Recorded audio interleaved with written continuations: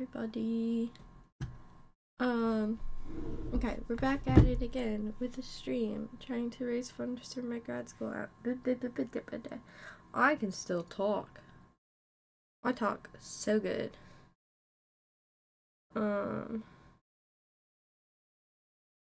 Yeah.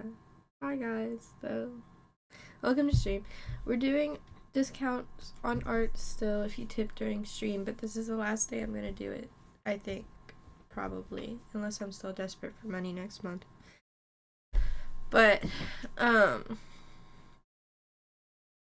yeah, that's still going on. You can look in Discord if you want to see what the discounts are.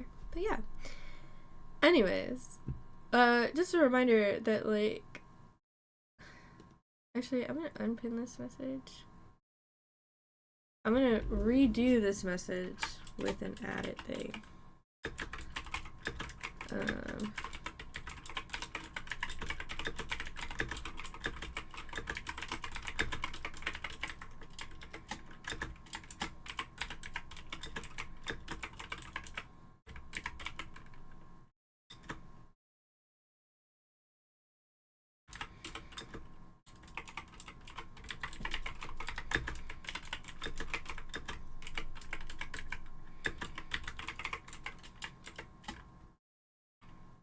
There we go. Pin that message. There we go.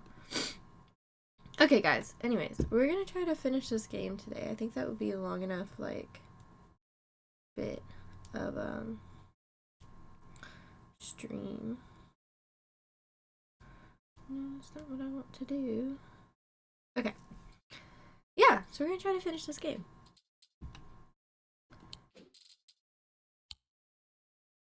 Hi, Kai. Kai says hi, everybody. Atlas Pet Jupiter. Remember last stream when somebody catnapped the cat? I was mad about it. I have been hearing a worrying rumor about Verona Green. They're saying she drowned in the lake. Wait. Oh, for all our sakes, they're wrong. Wait. Who's Verona? Oh my god, this lady. I did think she might have been the one that drowned.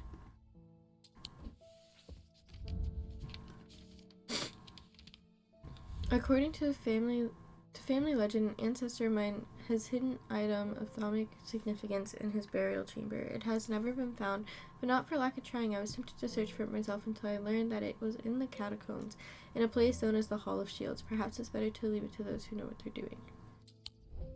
Time to go back to the catacombs.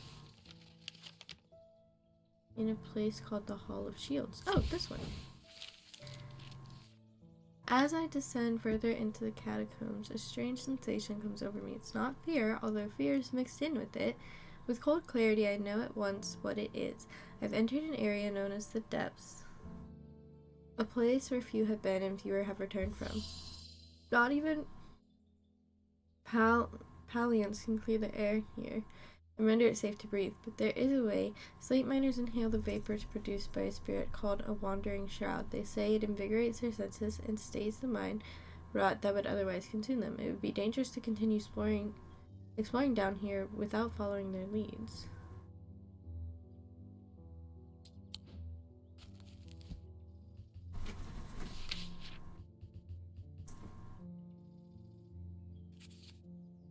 A what?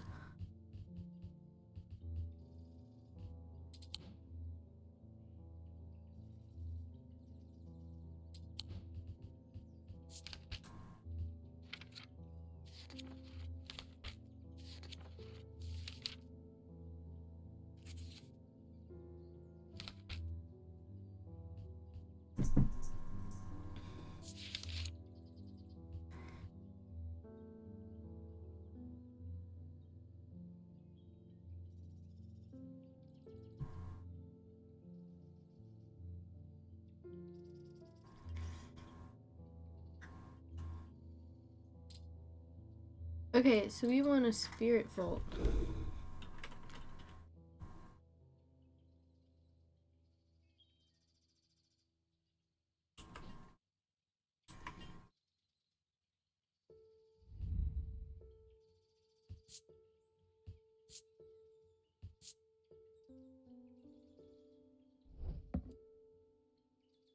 Hmm.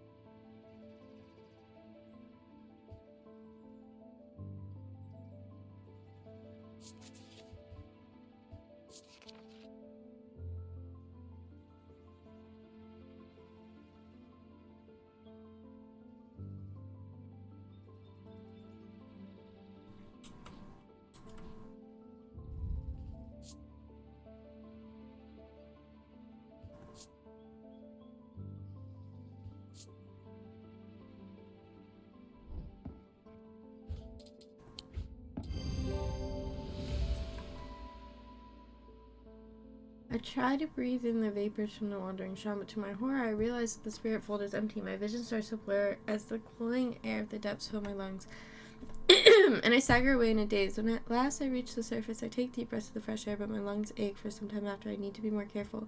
I've written to Barton Potter. He will know where to find a wandering shroud. Okay.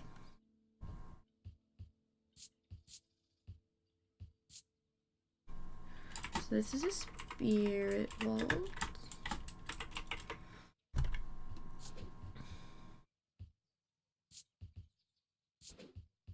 What's the icon for sulfur?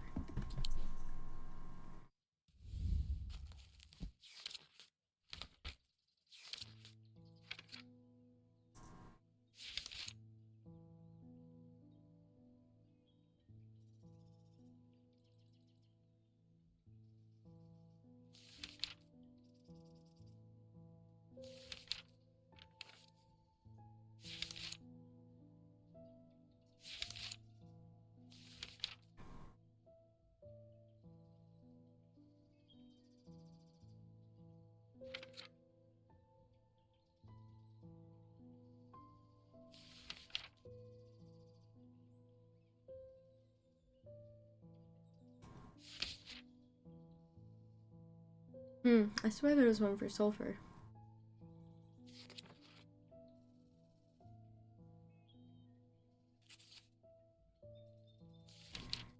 Oh, I guess I'll put the protection.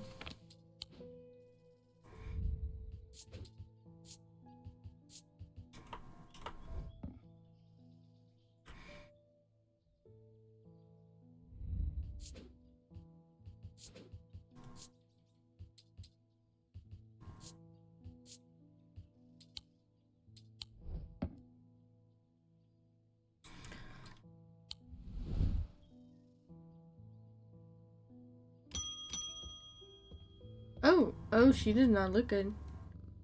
I'd done something quite stupid. I went exploring in Heath Woods and came across a grave. It was overgrown with dark brambles, so I started to clear them to get a better look at the inscription. I wasn't as careful as I should have been. The thorns were thick and menacing, and I scratched my arm on one of them. I have not felt well since. Please help me.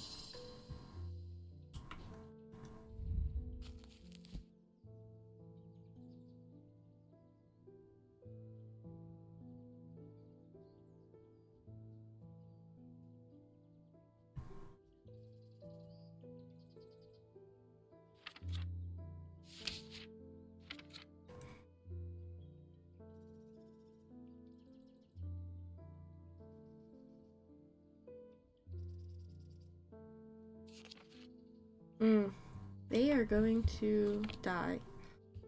That's not good.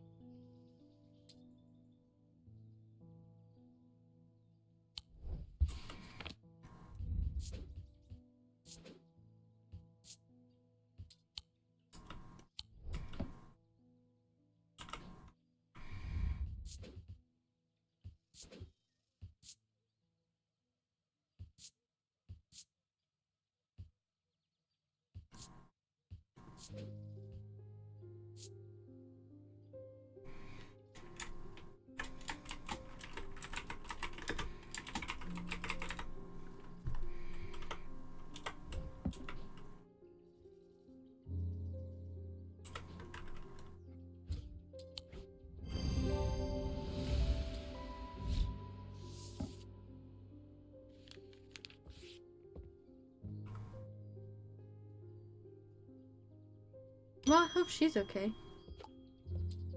Oh, we meet a new person.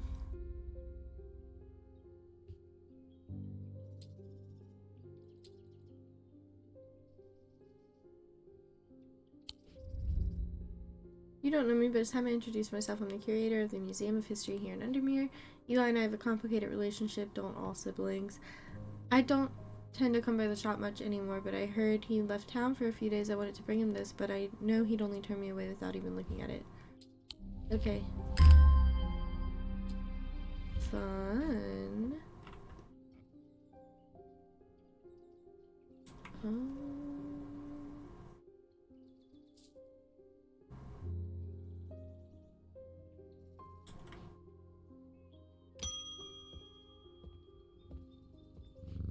Jupiter. Thank goodness you're safe. I was worried about you. I hope my mother is okay too. I've lost count of the amount of gossip I've heard about her misdeeds over the years. The truth is, when she gets stuck into a mystery, she's been known to disappear for days at a time. In the meantime, I believe I've found another clue in the journal. The text directly before this is largely illegible, but I was able to make out a reference to a vault of some kind.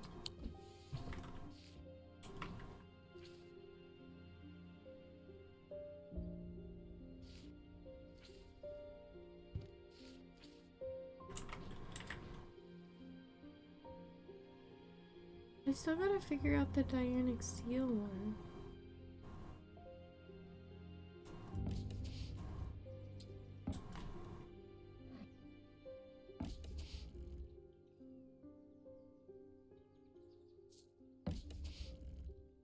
No, it wasn't that one.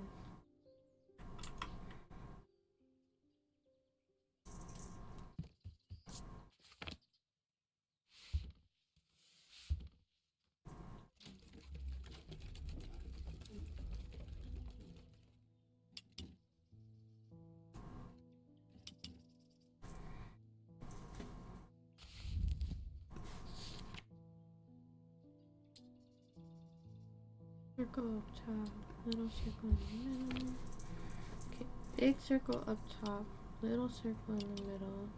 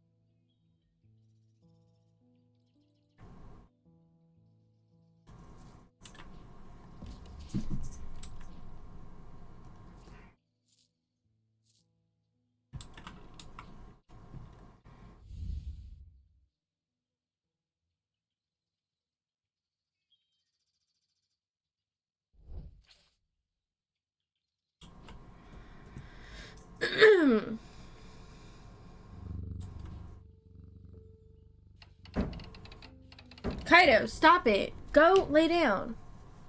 Oh my lord. Go. Go. You're being a butt nugget. Go. Come on, dude.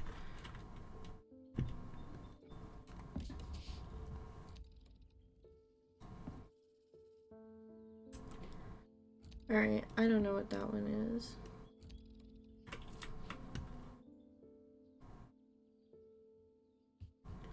Three resonant objects?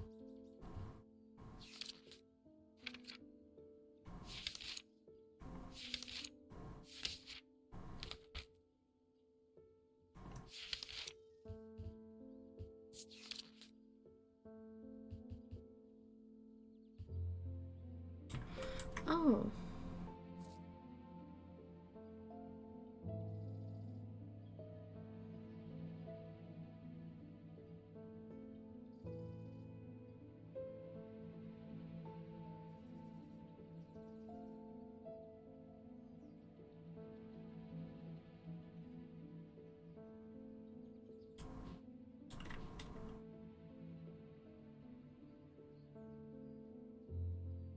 Okay, so this is one of them.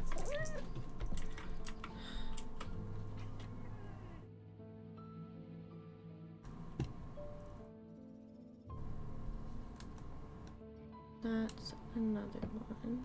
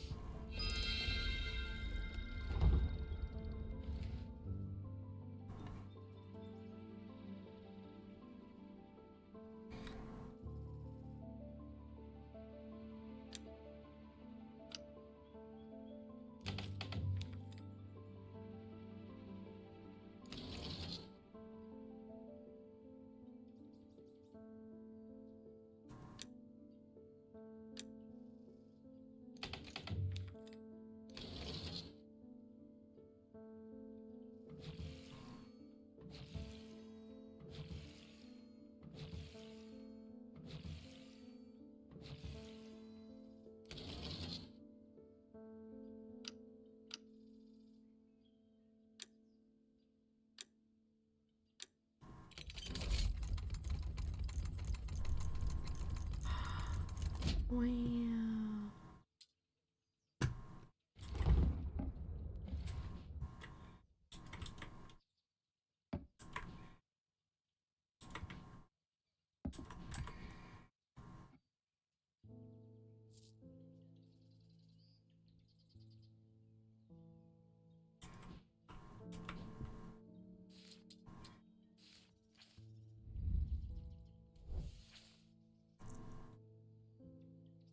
Protected by resonant compass.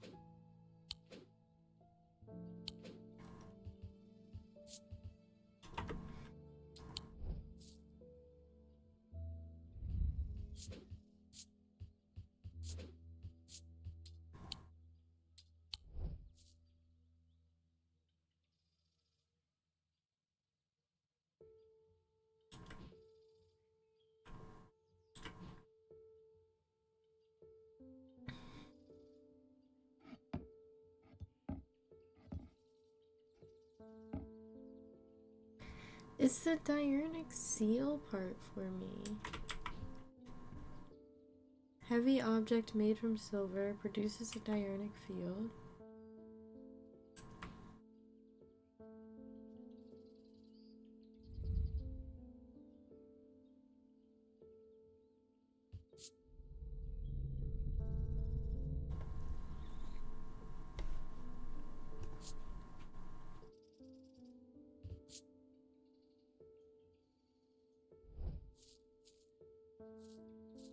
I'm putting you down here. You're special.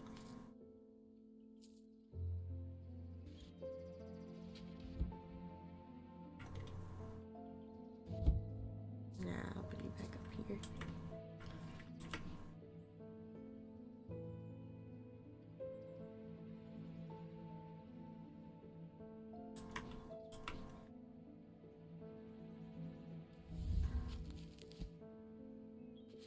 Amber's diurnic.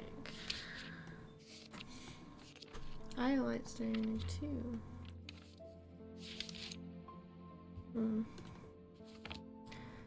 I don't know, this one has to stay in there for now.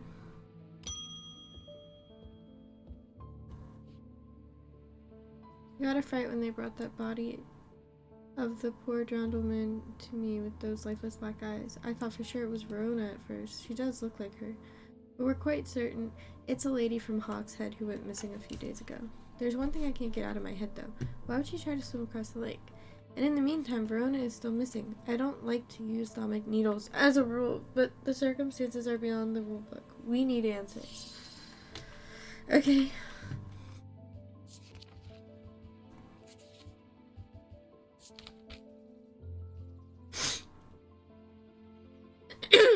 They can reach into the mind of the recently deceased.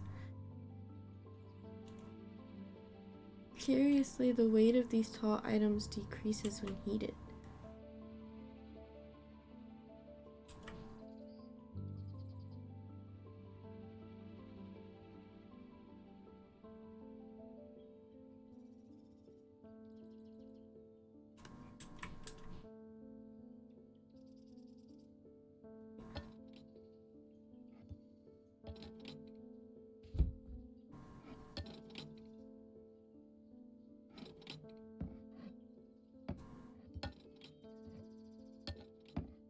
That's not what I wanted.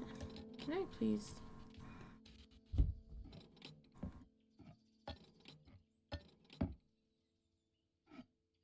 Okay.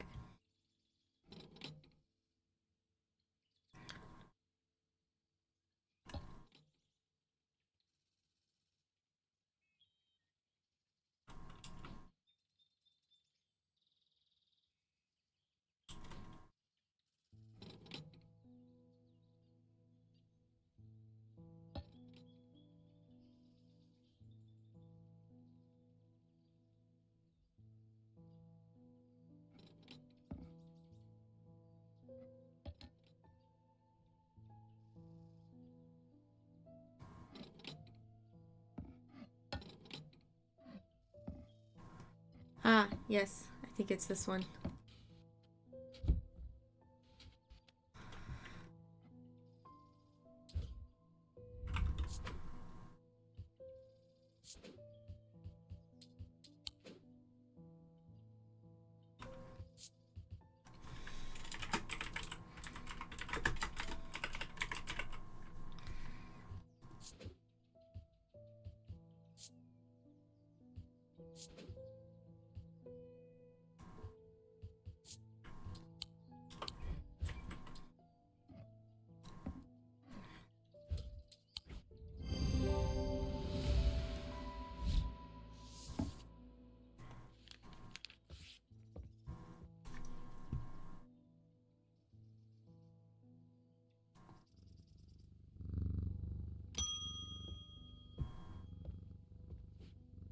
The people are afraid, and they are right to be, but it is too late for them. Okay. They are of no use to us, but you might be. Prove yourself, and perhaps Holger will deem you worthy saving. I require an object to steady my restless congregation and remind them why I am the one to lead us through this turbulent time. They respect strength and power above all else. Morgan's Folly or Fortinand's?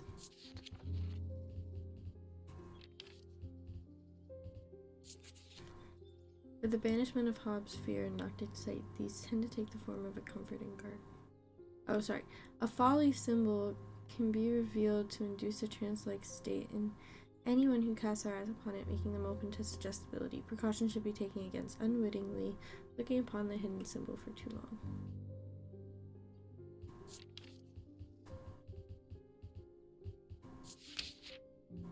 Fortinand's can enhance physical strength or restore strength that has been sapped, whether by exertion or by hex. They are made of stone or iron and usually take the form of a small totem.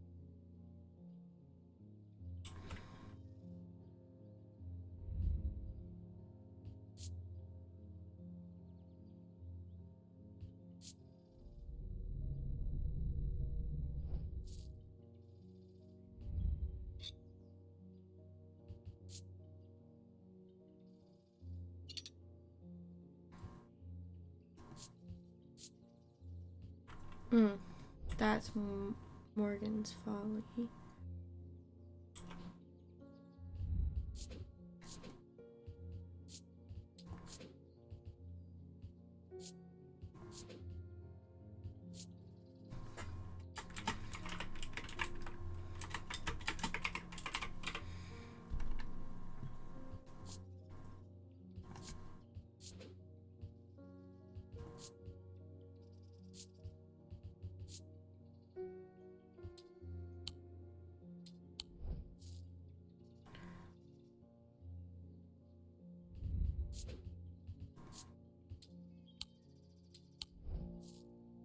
Will not be giving you that one.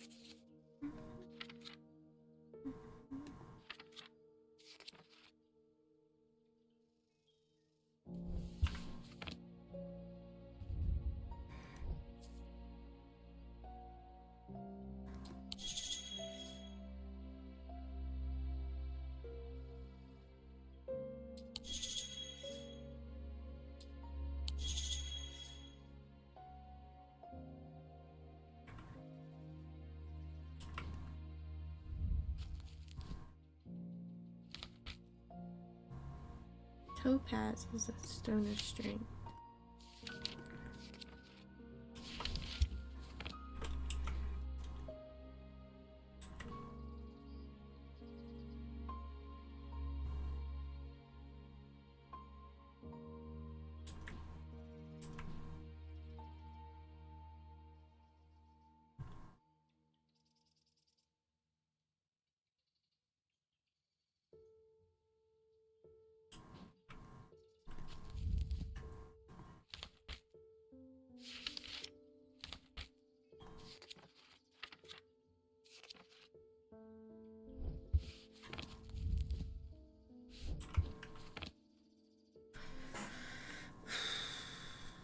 Or a symbol for strength.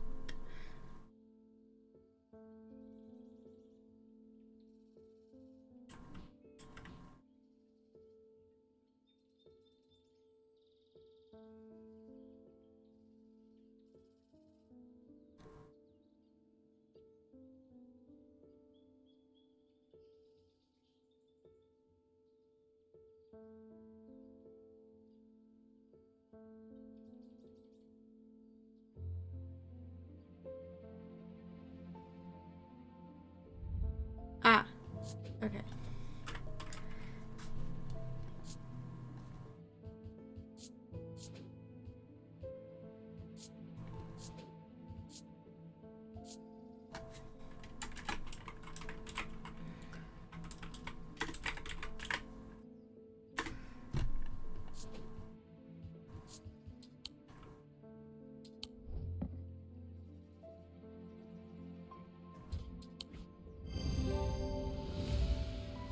There we go.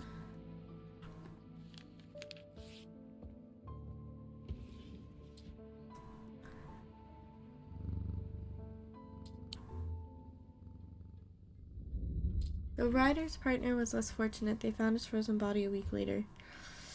Oof.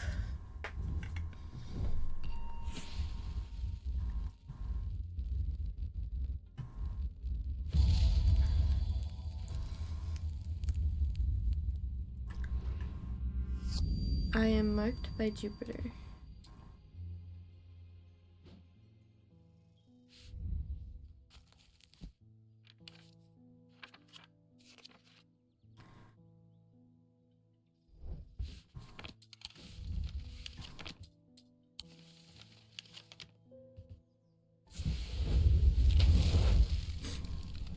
The mark of Jupiter on my map leads me to a square room on the ground floor. Other than an intriguing torn note, there doesn't seem to be anything of interest until I notice the bookshelf is mounted on a runner and can slide to one side. I push it and it glides easily, revealing a hidden recess in the wall behind it.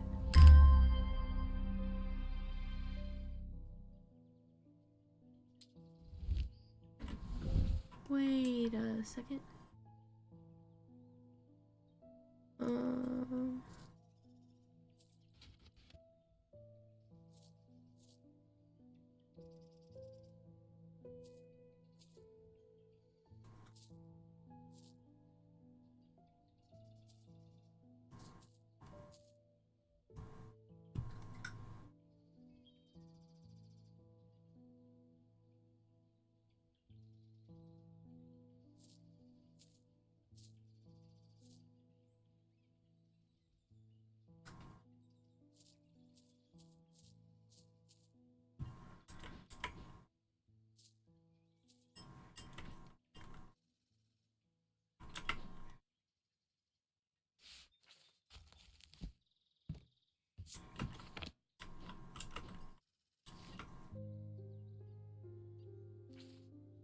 The castle bolts are blocked by a diurnic seal. It can be opened by any object made from silver or gold that produces a diurnic field.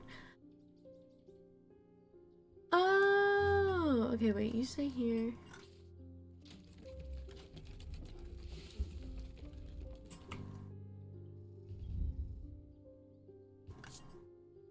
Bronze, damn. What kind of field do you produce?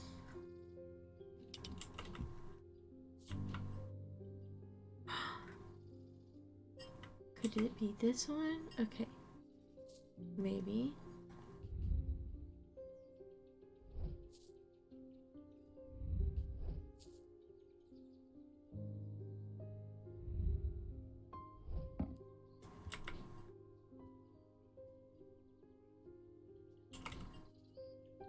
Okay, it could also be that thing.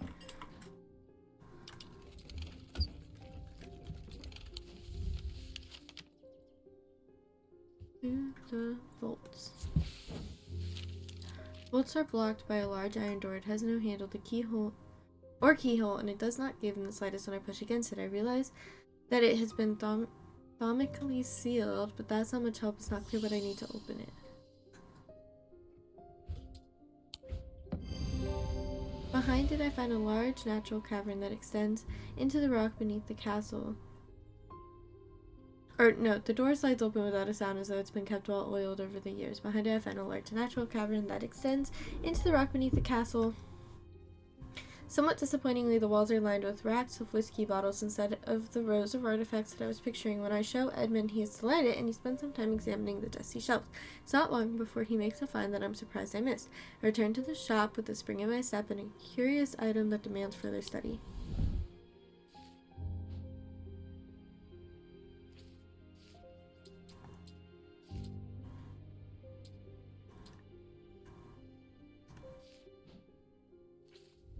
The bishop's quiver is a simple tool of my great-grandfather's devising,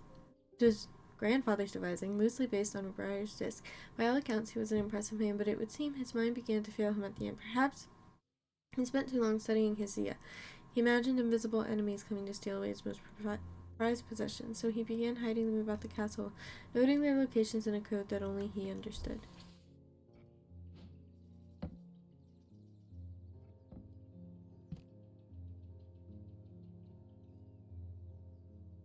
Wait.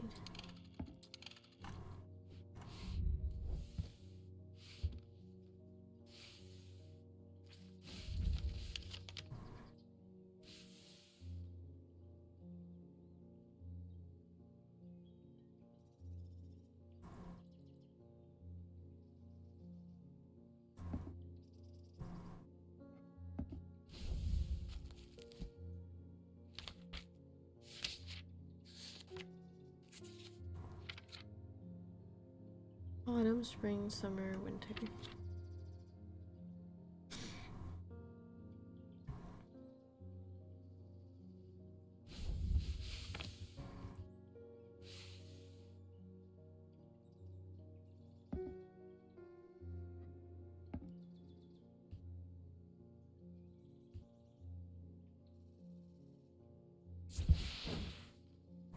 The smells and sound of cooking greet me as I enter the castle kitchens. I feel a little foolish as I try to avoid the cook's glare while following the clues left to me by a mad old man.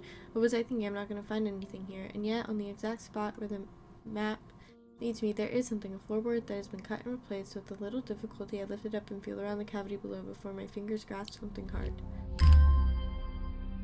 Ooh, fun.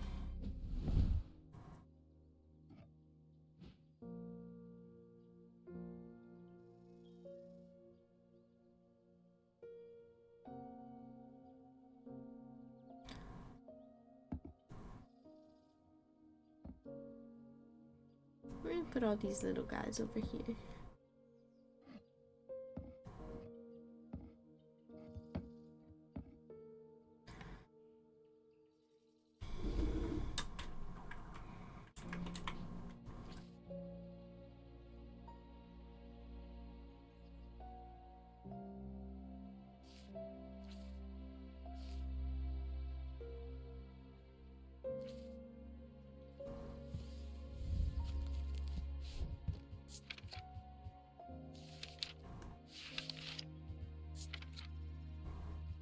What about the neck to place them closer to the heart? These innocent-looking items instill a sense of fear and paranoia that can be difficult to remove. Theirs are made of any single material except wood or clay. They typically have no symbol or other writings upon their surface.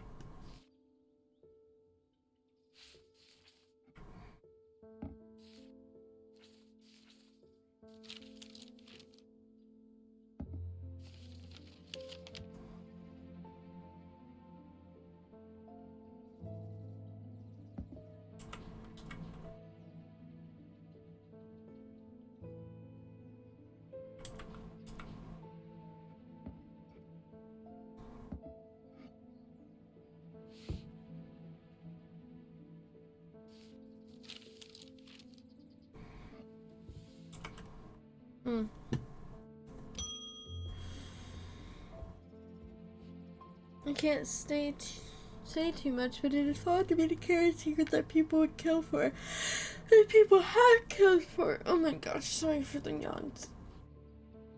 It's a lot of weight to carry around in my head, and it's all getting harder to bear around certain family members. It occurred to me that it would be safer in an ecumenical.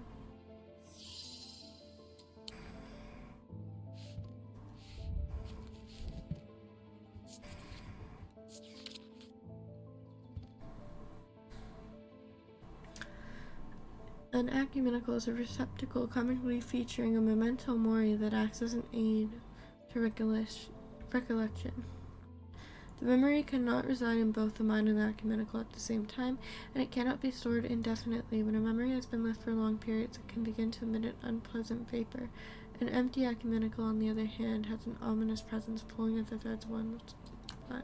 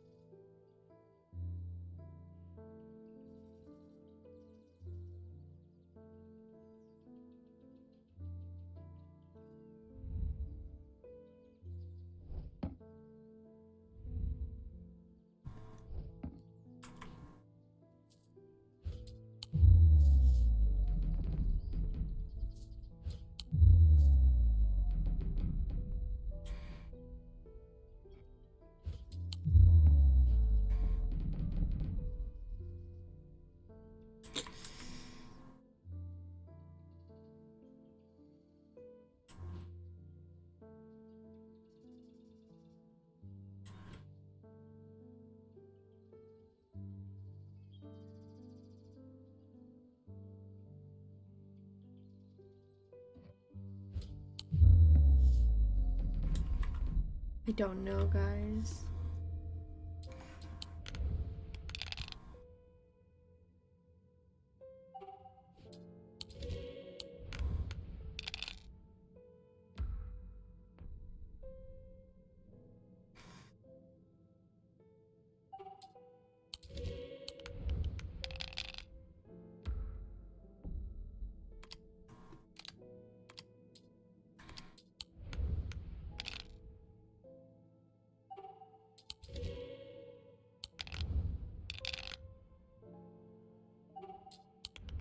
Oh no, I meant to bank that. Damn it. Oh my lord. Okay, well that worked out fine.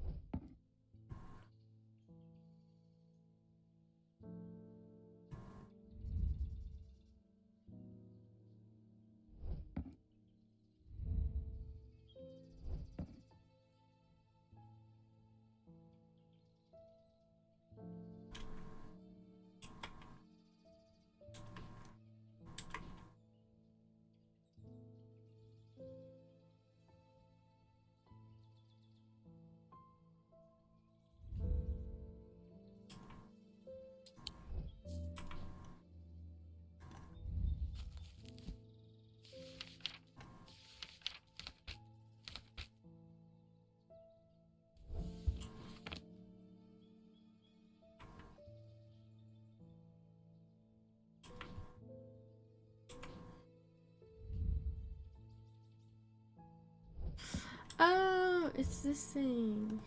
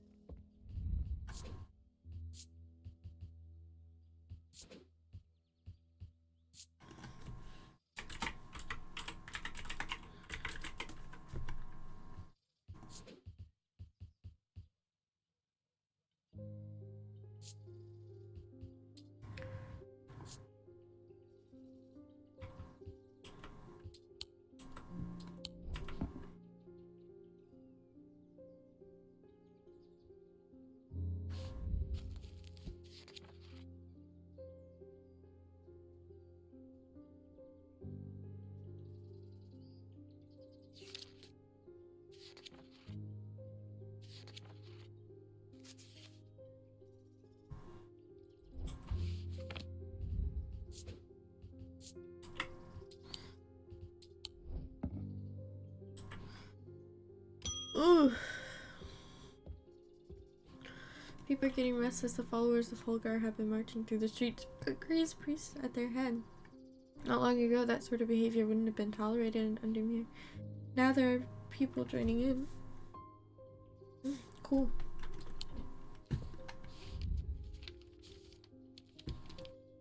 In answer to your question, yes, it is possible to capture a wandering shroud. To the north of town, if you follow the little stream up through the woods, you'll come out on a hilltop that was clearly of some ancient significance. It's not uncommon to see wandering shrouds there. Be patient, be still, and they will come, your friend Barton.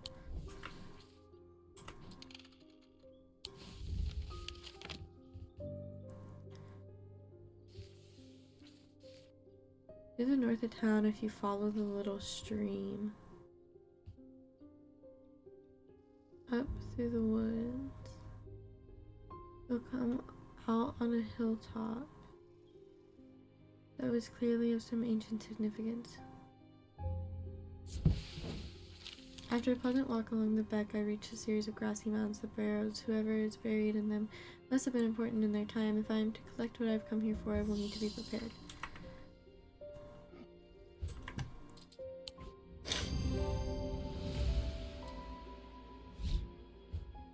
I sit and wait quietly and patiently, not certain exactly what I'm looking for. For some time, nothing happens, and long after my mind has drifted towards a warm fire or a hearty supper, I notice a movement in the corner of my eye. A strange thin mist has formed near one of the barrows. It seems to produce sort of A sort of dark light, a contradiction that my eyes have trouble perceiving clearly. The ethereal creature, for surely this is a creature of some kind, ambles towards the vault that I have left out for this purpose. I daren't breathe as it slowly nestles itself within the receptacle. Sweet, and we can go back to the catacombs.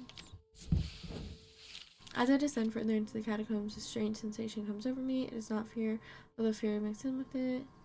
Blah blah blah, dangerous to continue exploring, blah blah blah. I breathe deeply from the spirit vault and it clears my mind. I don't care to linger long down here, but I forge on until I reach the unmistakable Hall of Shields. A stone sarcophagus sits on a raised portion of rock in the center of the cavern. I hold the torch up to better see the inscription on the side of the tomb. It reads, "The sun's light will reveal my gift." Mystified, I cast my eyes upon the walls of the cavern and search for shields. The shields for some other clue, but nothing stands out.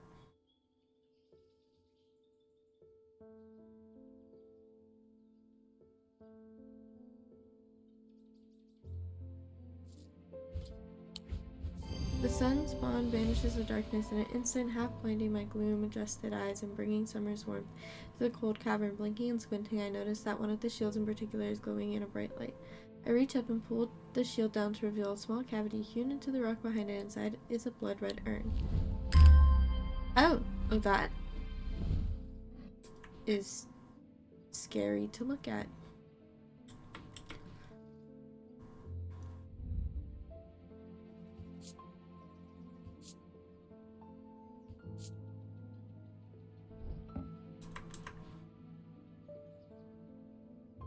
Yeah.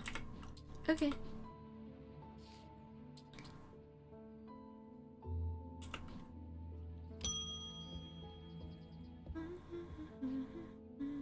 I got to thinking after I left earlier. Transferring the secret to an ecumenical only adds extra steps.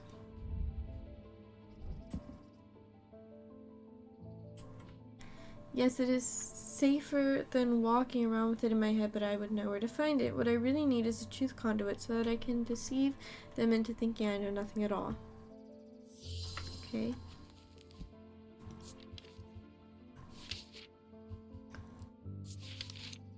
These items are used by tricksters and swindlers to distort and deceive. They do not warrant the designation of dark article that some want to apply to them, but they can be and have been used maliciously.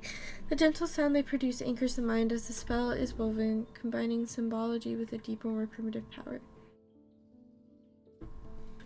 Okay, the symbol for truth.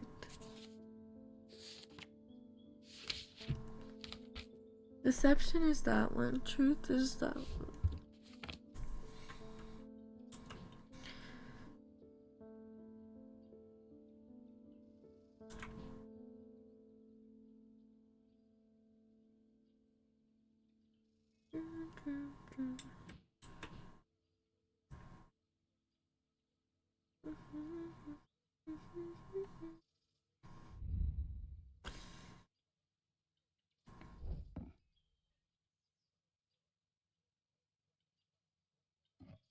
I think it's this one.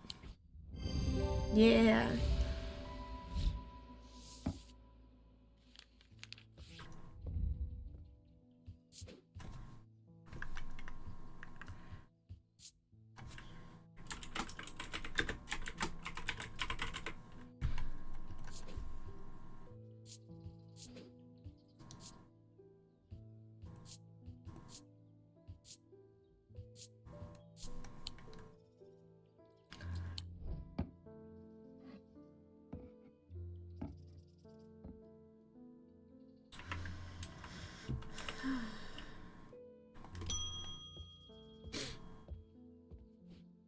I have never felt more tired or more devoid of life.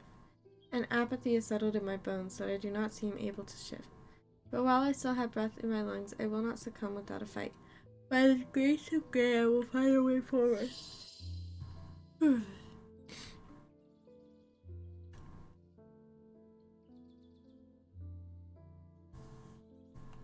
Okay.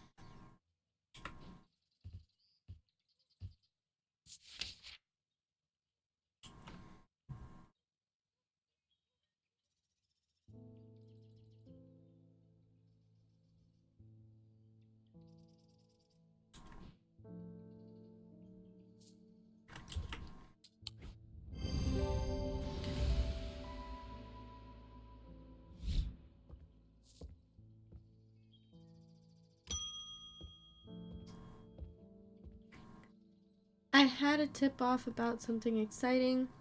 Have you come across the so-called nameless gods? Did you also know that the tall stones that you sometimes find in high places were once doorways of a kind? And here's the exciting part: an inscription has appeared on the stone that sits on top Weatherlam. This is where you come in. I'm confident that a pit will open the doorway.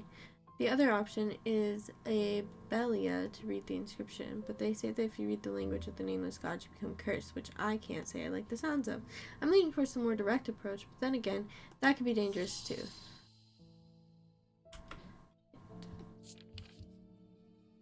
We'll start with the Babelia.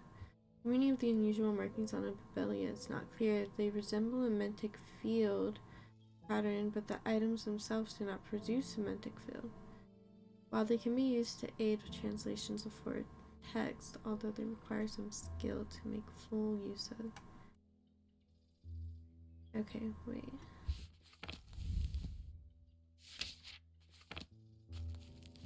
Mantic.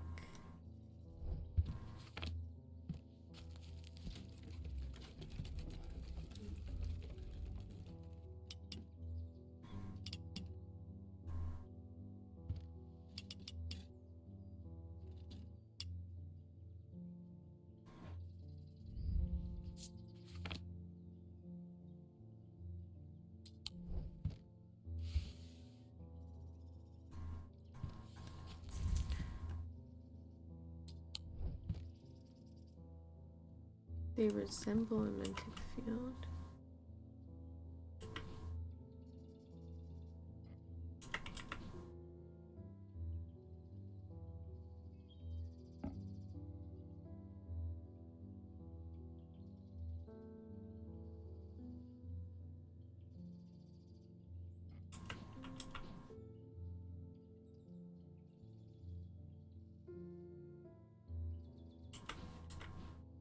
Yes.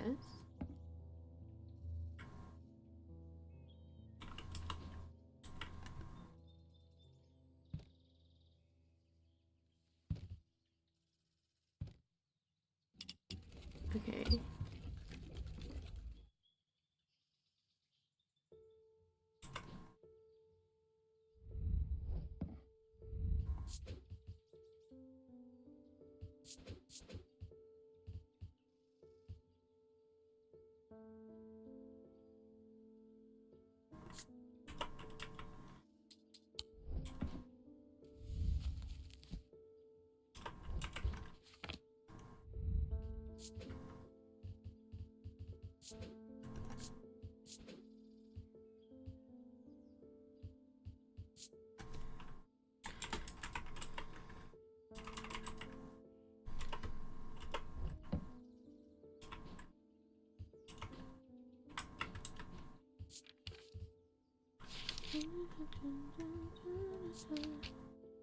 Three different elements that make up a pit allegedly represent earth, sun, and death, or darkness. These energies bounce in such a way that the objects do not produce a recognizable thaumic field.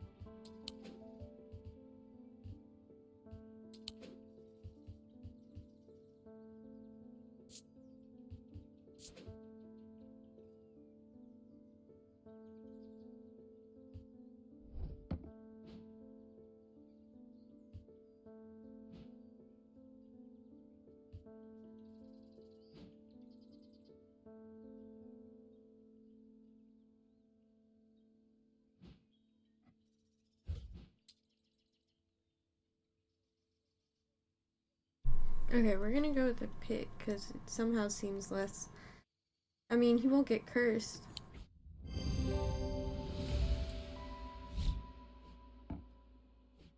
Thank you, I hope this works. Me too. Here's a token of my appreciation, something for you to ponder. Ponder.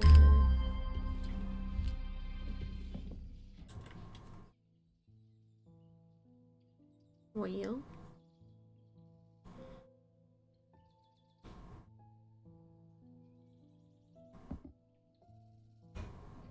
Oh my lord.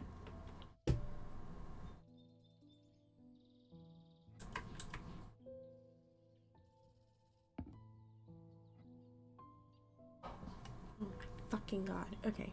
Sorry, guys.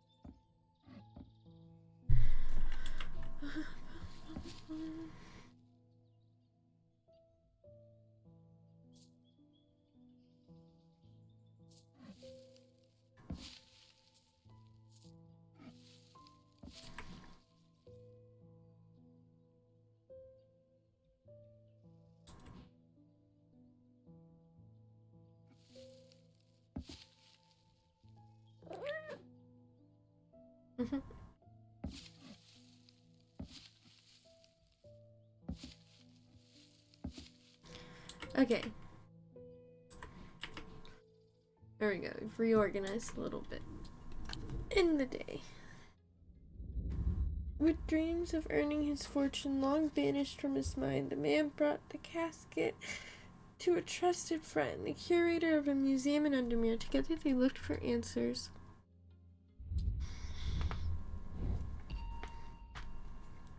Boom, boom, boom, boom.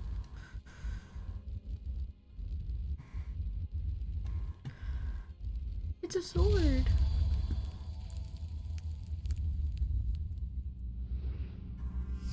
I am buried with the Knight of Thorns.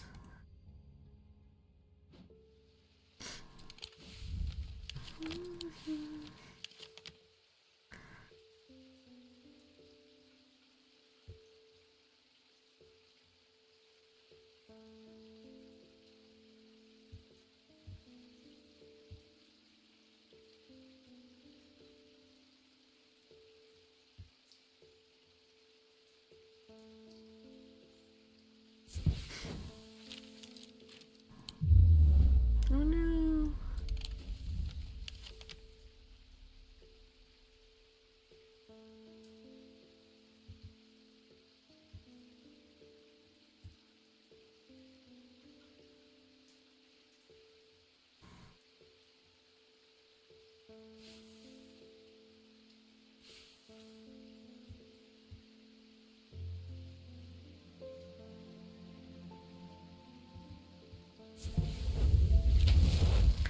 The tomb of the Knight of Thorns resides alongside an ossuary filled with the unknown dead from the Battle of Southerfell.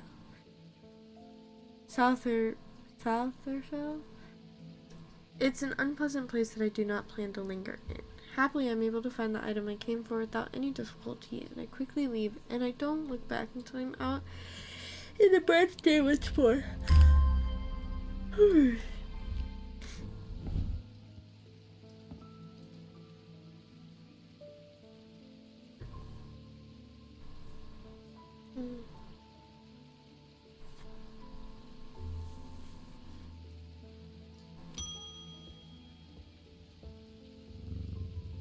I've noticed that some people claim not to fear death. They say that dying scares them, but not death itself. Not me. Not the great Thomas Pope. Give me pain, give me fear, if I can feel that I know I'm alive. Going back to the nothingness, that's what I fear.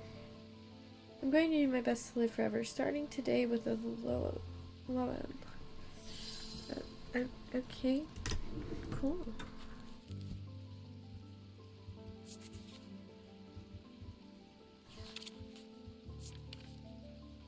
Sometimes called a hand of Jupiter or a fire palm, a loam is an item with enticing power.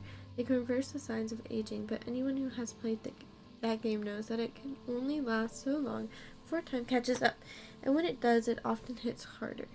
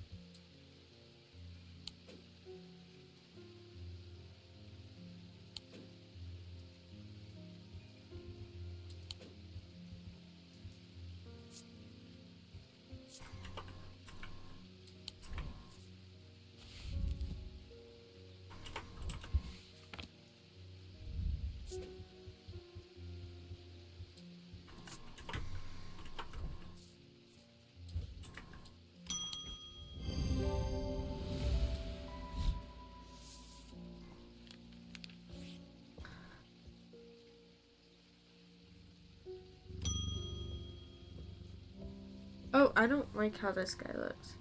I went with Mr. Potter up Weatherlam yesterday. We found the tall stone easy enough and set about our work. Mr. Potter, he told me to stand well back when we were ready just in case. I thought it had worked at first. The stone opened just like a door, just like Mr. Potter said it would, and we went inside, but then it slammed shut and there was a noise like thunder. I ran up, but there was no sign of Mr. Potter, and the tall stone was a stone again, and there weren't even a crack to show where a door might have been. The writing on it was gone too. I don't know what that means. Now, Mr. Potter was a fair man, and he paid me fair for the work, but what I really wanted was a thing that he wouldn't give me, a Pathfinder's tool. And he added on him, of course, not that I'd have robbed him if he'd left it behind. There again, he wouldn't need it if he was dead, would he? Anyways, I don't know what it's saying, but I reckon you'll know it. It has an unnatural property. It's like it was floating on air. Said he could use it to find his way even in a fog. This thing.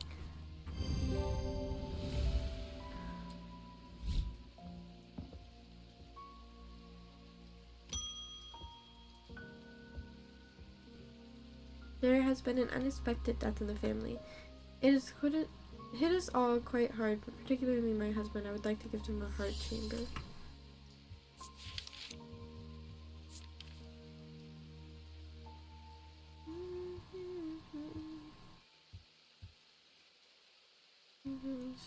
Just like that.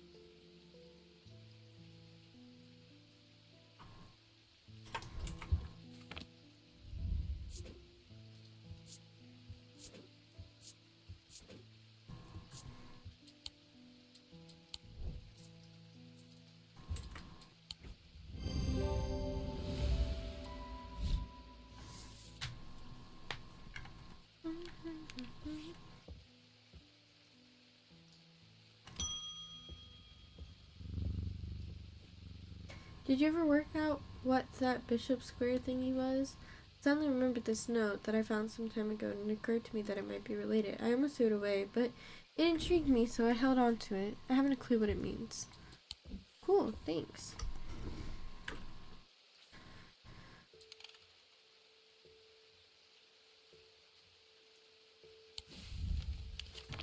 Blessings in spring, rising in autumn.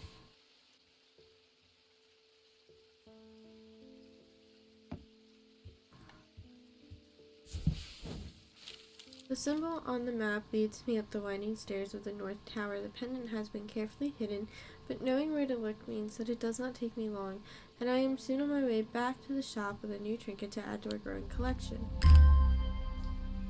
Ooh, fancy.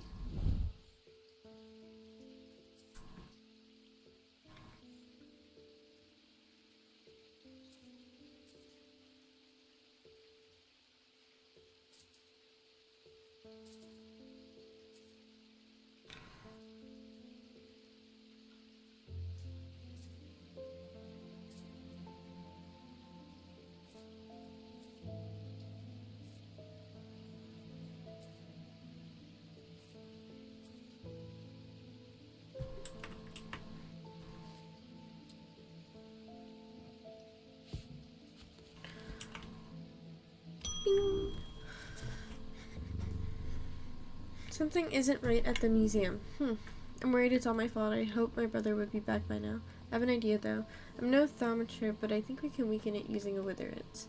Oh dear me, this had better work.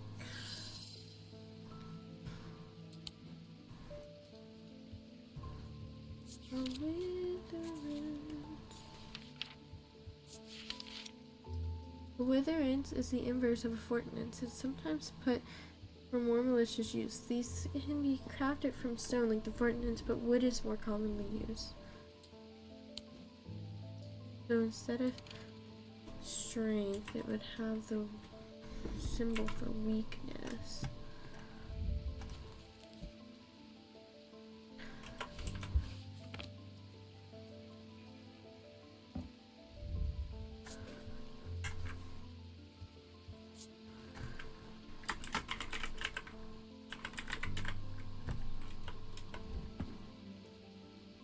Spelled that wrong.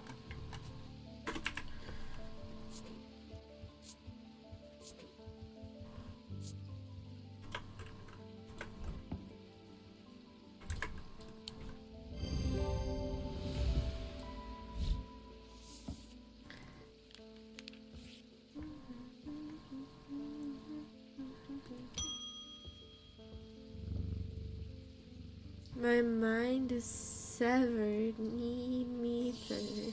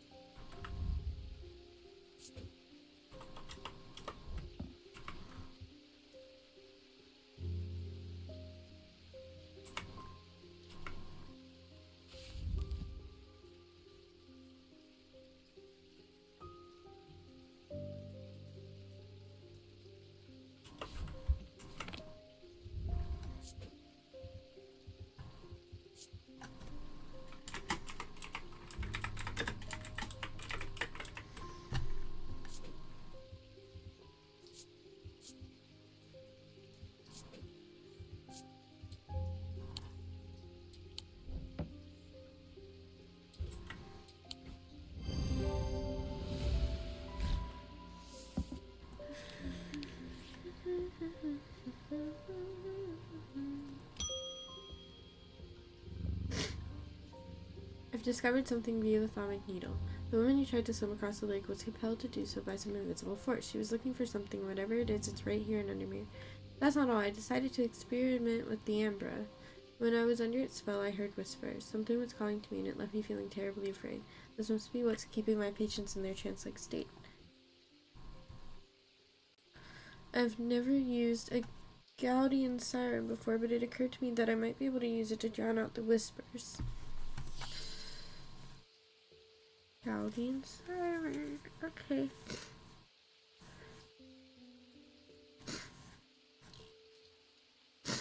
Oh, my nose is running.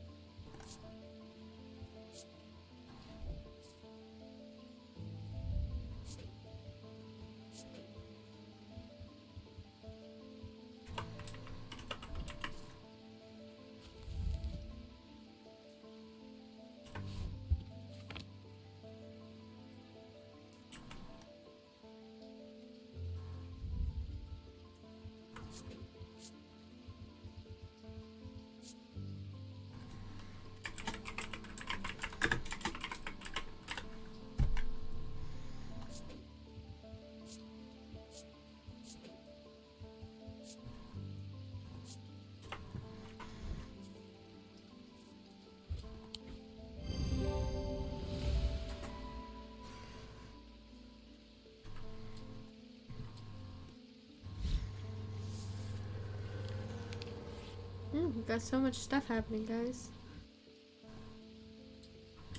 Look at all of our artifacts.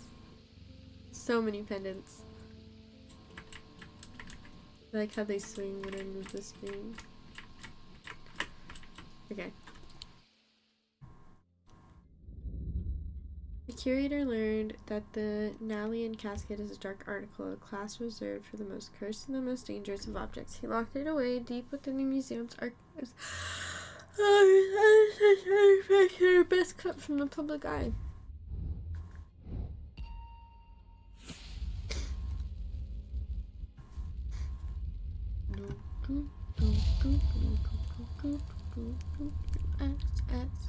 Axe.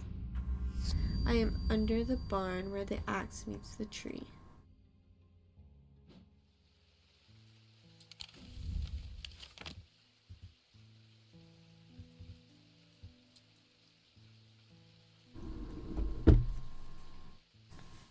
Oh, I'm cold, guys.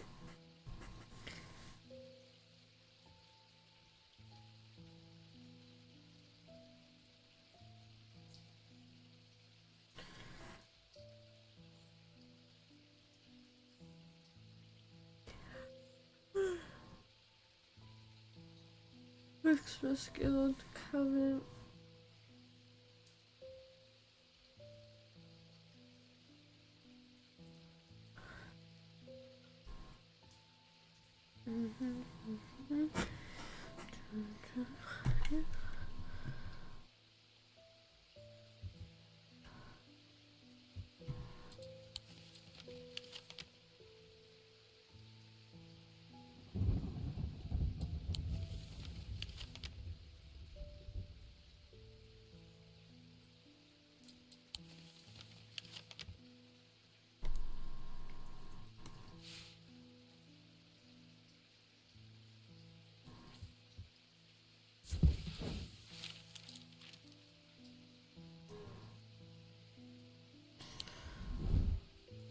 That was useless.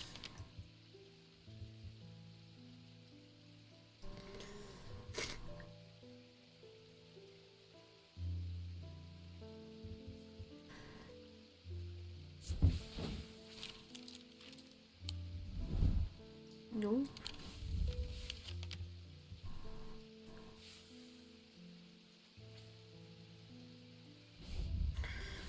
Under the barn where the axe meets the tree.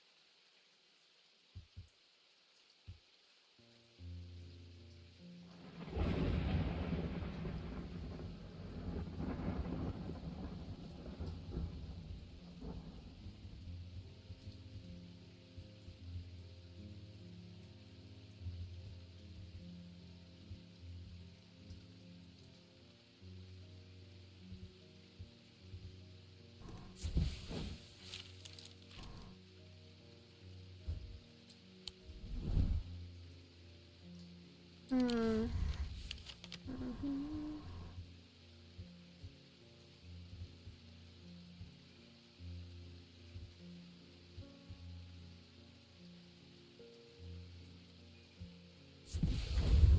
Found it. Found it.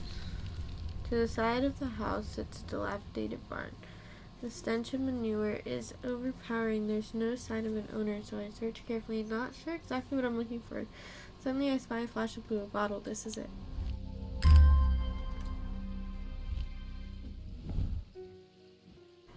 Ah, a bottle.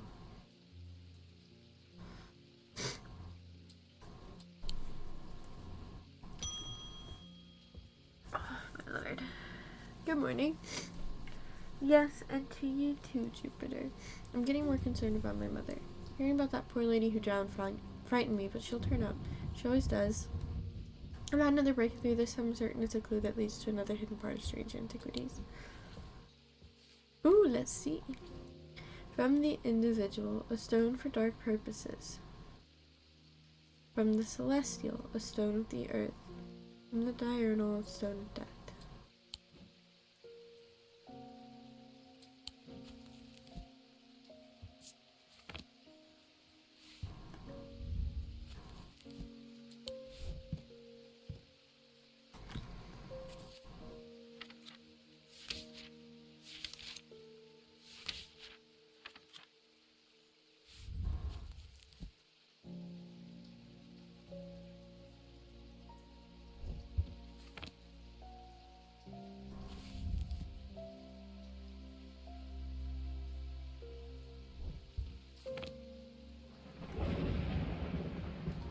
A stone for dark purposes.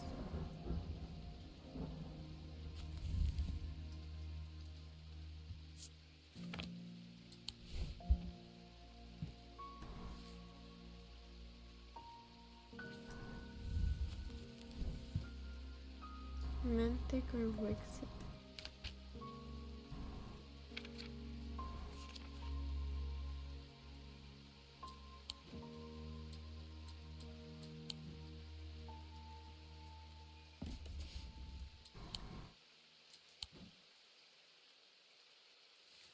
From the celestial, a stone of the earth.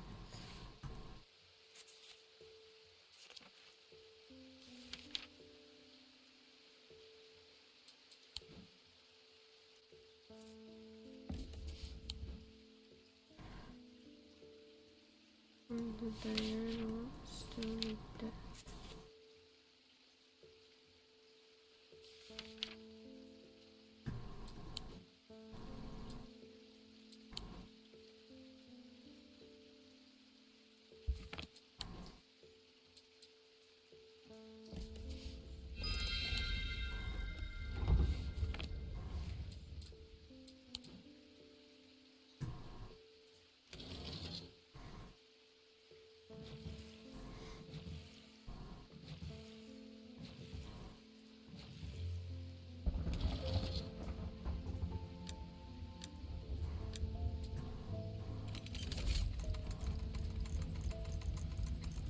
Ooh, another pendant.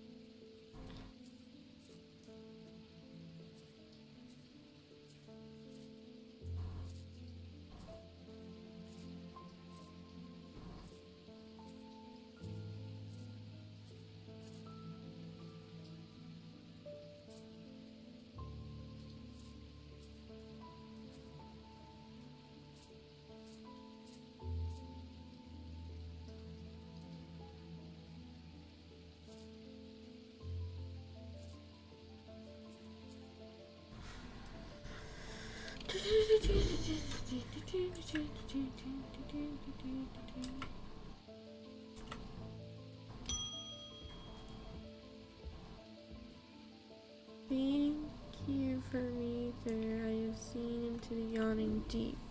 I have seen beauty beyond the comprehending mind. The price is steep, but I pay it gladly. My shadow anchor broken, must replace.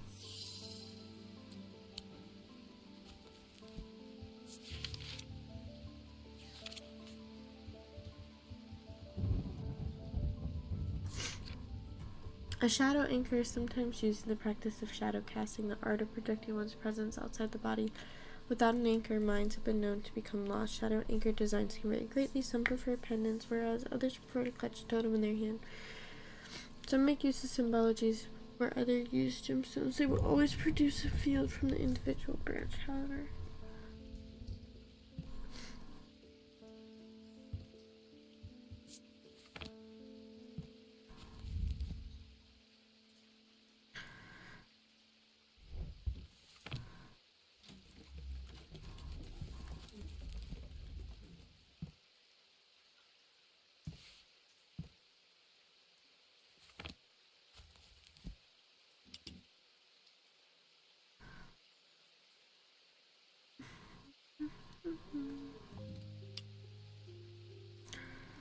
Next is wavy. And then to get stuff. Good.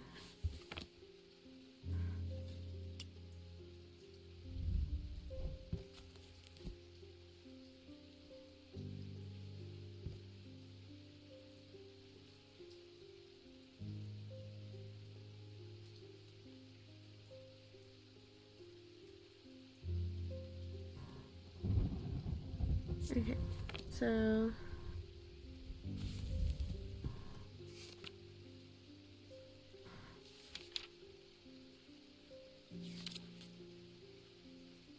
kind of anchor between body and mind.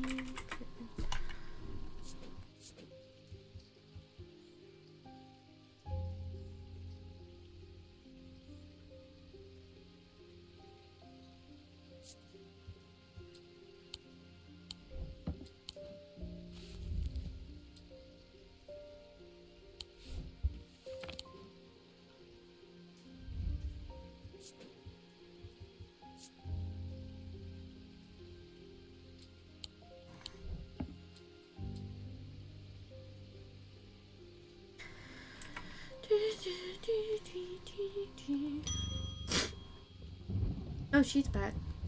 You have shown yourself to be a useful ally in these worrisome times. Keep one eye on the lake in the coming days. When blackened eyes seek the casket and waters turn to midnight, perform the sacrament and have faith in Holgar. Okay. The sacrament is a baptism ceremony in which one's life is pledged to the warrior Holgar. It's performed by a blood priest within a stone circle. In spring, a charm of green growth. In summer, a pendant of the yellow sun. In autumn, an instrument of the red night. In winter, a totem of blue fire.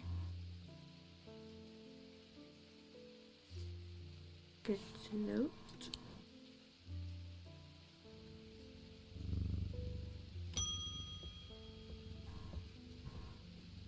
I'm afraid this letter was sorted incorrectly and has ended up doing a round trip to Kendall and back.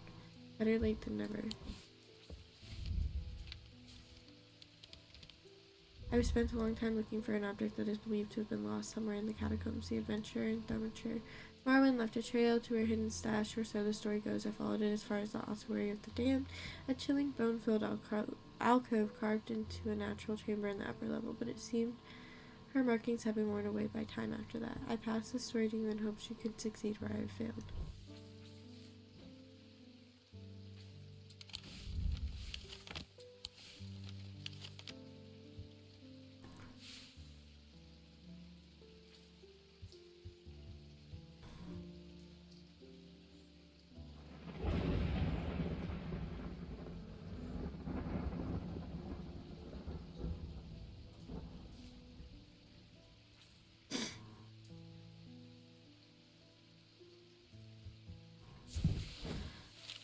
I am able to follow Marwan's trail for a while, but the carved markings are faded and worn by centuries of weathering. By the time I reach the ossuary, I can no longer make it out at all.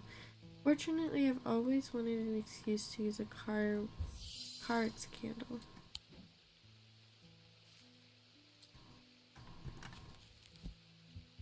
Cart's candle. These items produce an invisible light that peels back the years, allowing a glimpse into the past. The effect is often murky and blurred, but it works passively on stationary objects. They are marked by a depiction of a candle upon their surface. How fitting.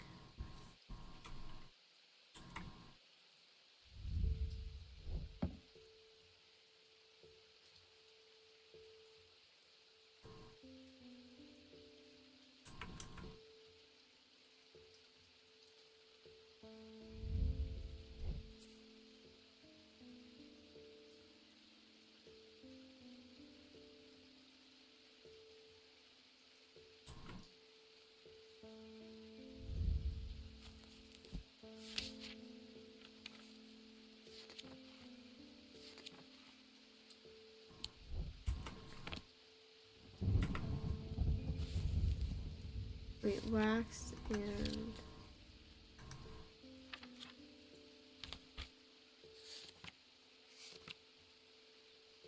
wax and fire.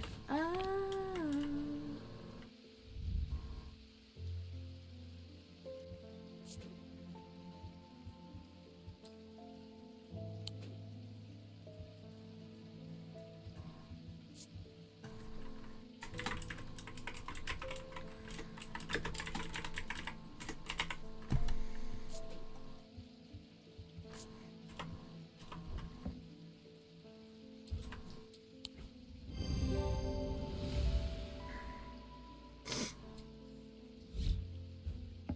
Stalagmites retreat under the light of the candle as I hold it aloft and search for the shifting rock wall. Search the shifting rock walls for any sign of Marwan's trail. Suddenly I see it, an M etched in the rock, as clear as if it had been carved yesterday. I follow the trail in an excited hurry, tripping and stumbling as the candle distorts the height of the floor until I come to its end at a small boulder. Rolling the rock to one side, I reach behind it and reclaim Marwan's lost treasure.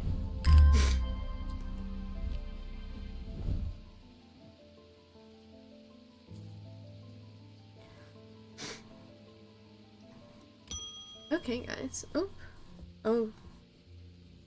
The time has come to decide Thermature. Oh my god. Thermature, the casket wants to be opened. Oh, she's not looking good. The casket will be opened. Nothing can stop it now, and yet there's still a part of this mind that will not be quieted. Help me to calm the clamor raging inside my head. This is your chance to elevate yourself above the scurrying ants that absently crawl through their meaningless lives.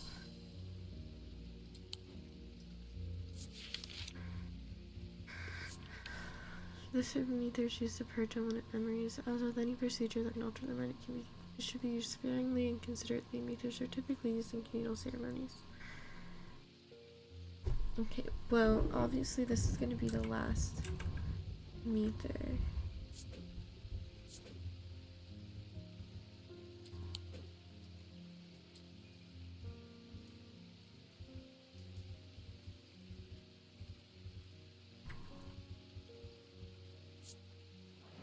That's just something cool.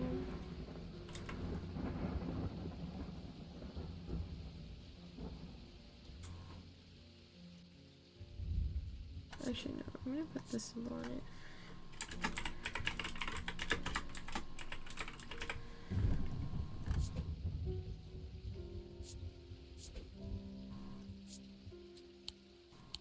Okay, and we're not gonna give her that.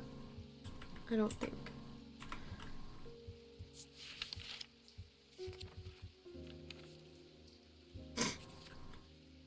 These resonant objects give off a faint odor that will be familiar to any thaumaturge.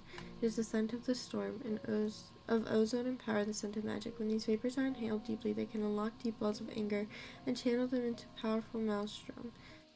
This is the power of the West Wind.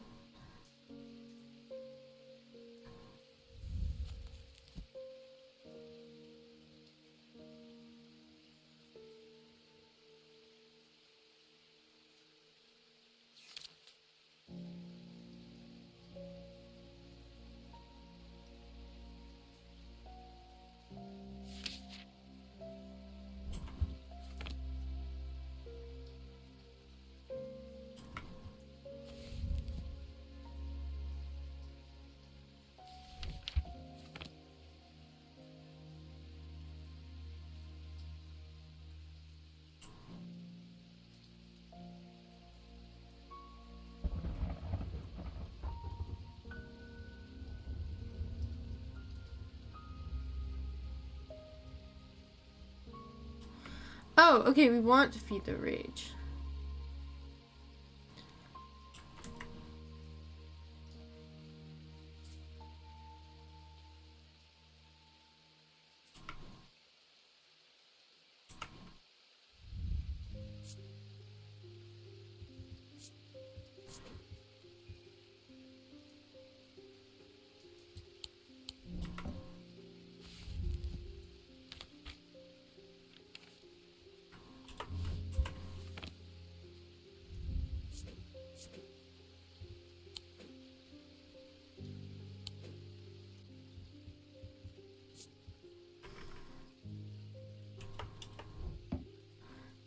Zephyrim.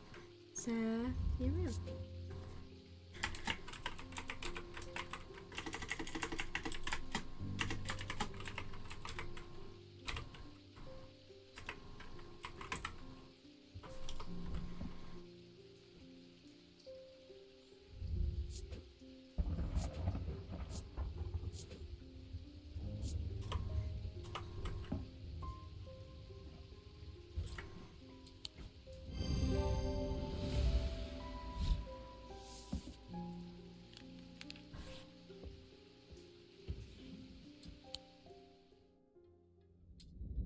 But the problem with storing powerful dark artifacts is that slowly, inevitably, the darkness seeps out.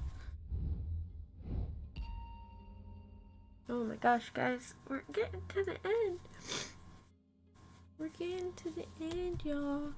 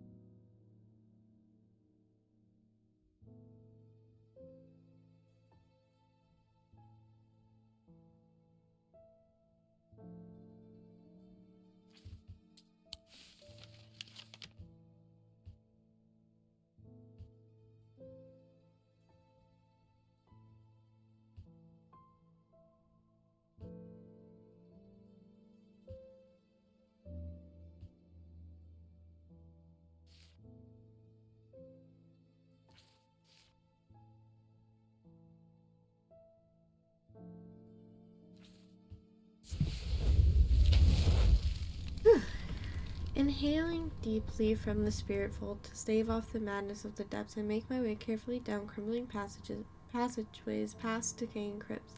Placed carelessly on top of the tomb is a collection of clay pots. Some lie in pieces, but most are whole. At first, the collection seems unremarkable, but one in particular stands out, and I take it back up to the surface to take a closer look.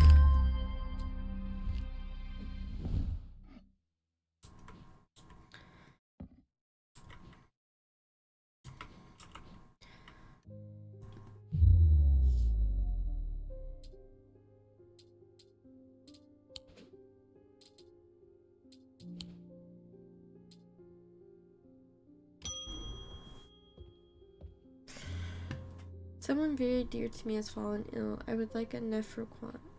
Do not be concerned, dear. I have used one before and I know what I'm doing. Okay.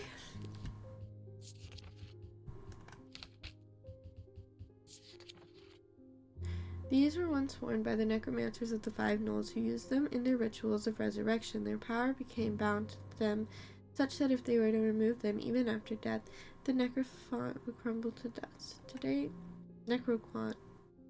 their power is much diminished, but they can be used to draw out infections. However, they will cause braxis if held against bare skin for long periods.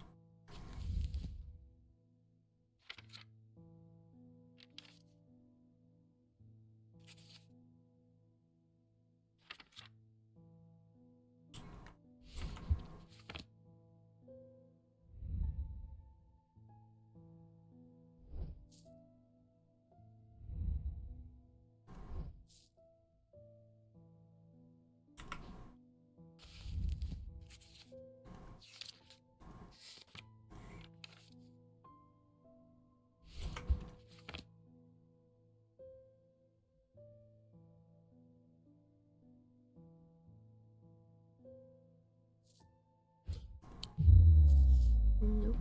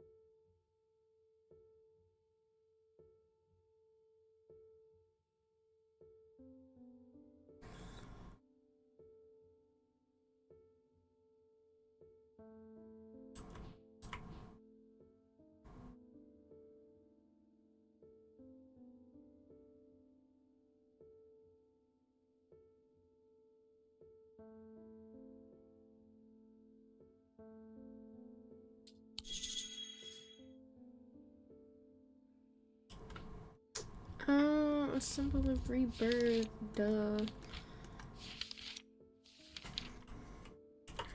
What's the backward spiral?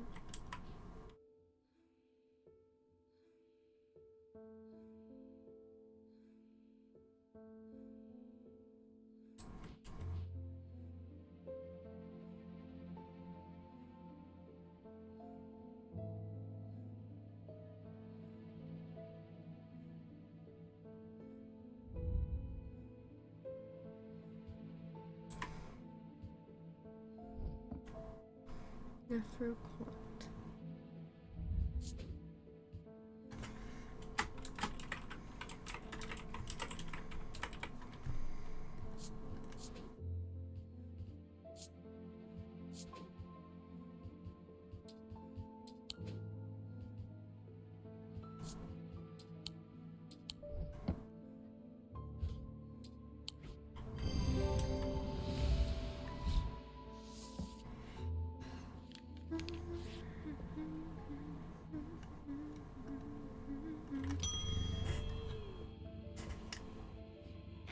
Please do pay us a visit. We have some items that we're confident will be of interest to you.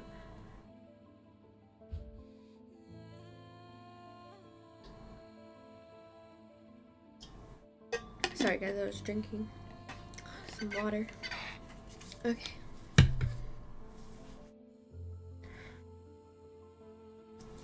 Underhill. Underhill.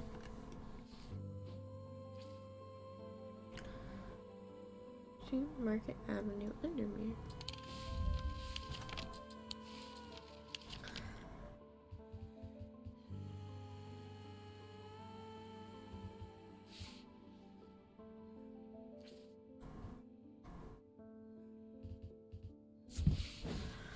The man who dropped off his card introduces himself as the owner of the Twinings, an unusual, sprawling series of grotto-like rooms filled with handcrafted carpentry, ironmongery, and pottery. He leads me past wooden chairs and strange iron contraptions to a room unlike the others.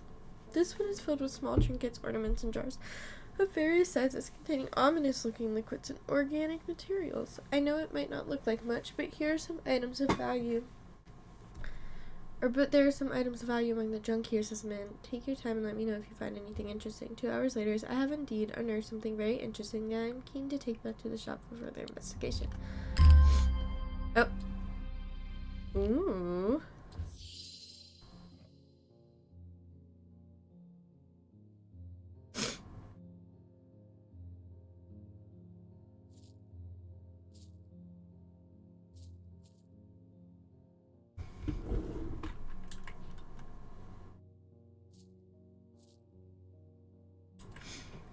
I'm leaving the Twinings of my hall when a man shouts at me from across the street. As I look around, annoyed, I notice to my horror that the man's eyes are all black as coal. As black as coal. He rushes towards me and I stumble backwards, fumbling with the strap of my satchel as I try to grab an item to stop him.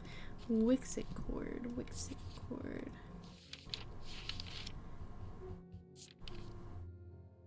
Despite the name, these simple-looking items do not produce a Wixit field. They belong in the diurnal branch. They cause a freezing effect in the body, earning them the nickname Medusa Stones. Fortunately, this effect is not permanent.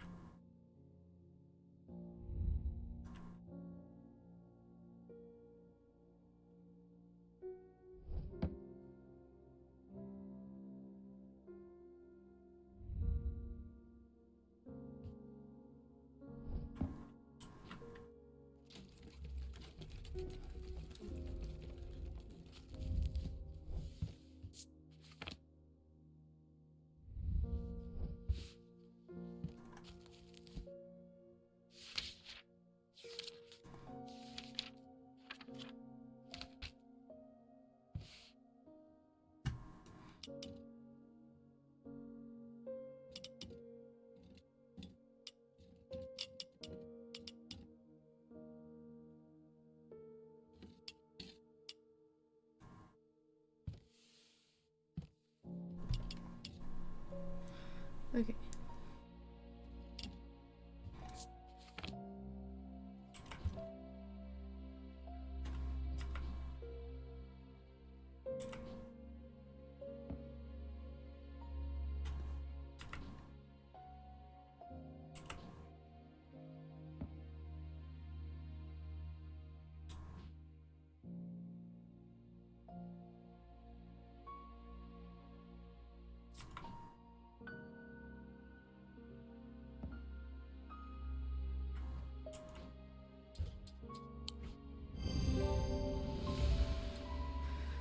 Wixit corn.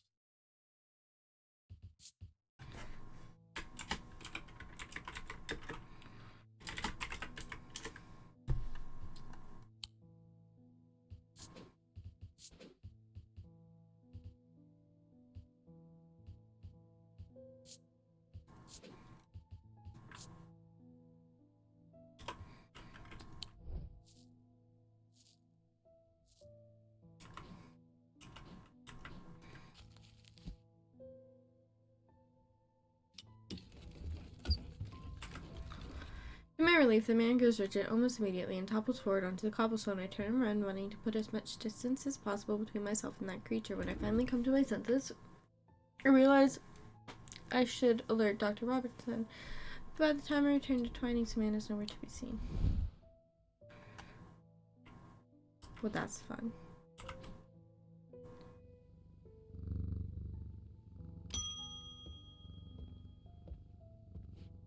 Something bad is about to happen. The ravens know it.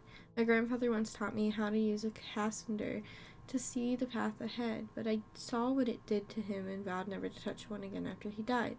But the gnawing worry of what is coming has become too much for me. Cassander. The eye of a Cassander focus the power of the mind, enabling those skilled enough to see the path or pass ahead. These items do not produce a mentic field as one might expect, but rather the more mysterious selenic. Care should always be taken with any object of prophecy, and these are no different. Many have been seduced or driven mad by the path shown to them and have been led to ruin.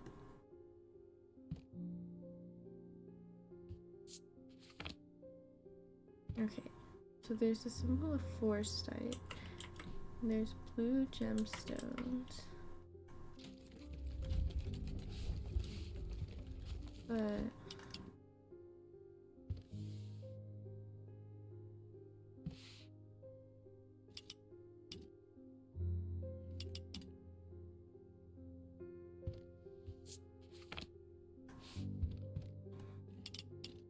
okay.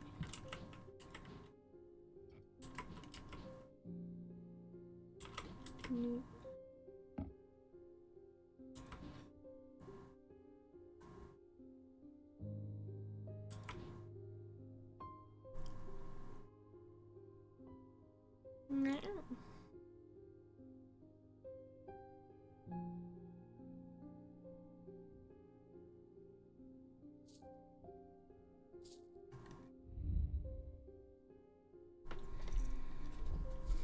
Hi Kai, what do you want?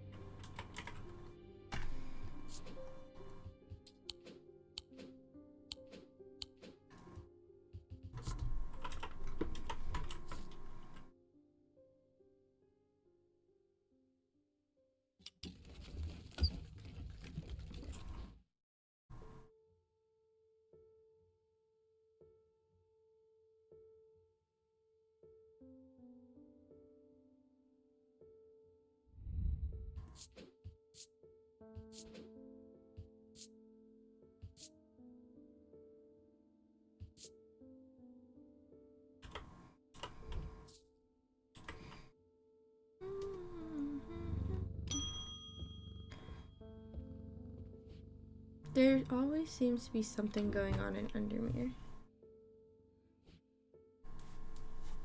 The sooner I can get this sorted and be on my way, the better. My uncle gave me a ring, and I have had nothing but bad fortune since. I'm starting to think it might be cursed. Is there any way to uncurse it? Yes, that would be this thing. Aha!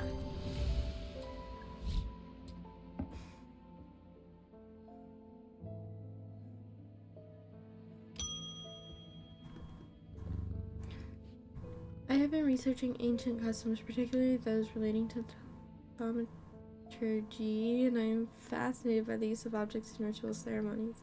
If you're able to get your hands on a grizz, I would be very interested in studying it further.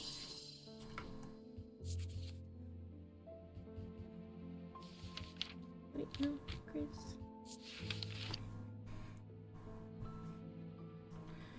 For the ritual of the broken path, a grizz is heated slowly over a flame. To have full effect, it must be held in an ungloved hand until the ritual is complete, no matter how hot it gets. The ritual should not be performed by those who have not studied the Wixit arts. It's common to suffer burns, but when done correctly, it should not be painful.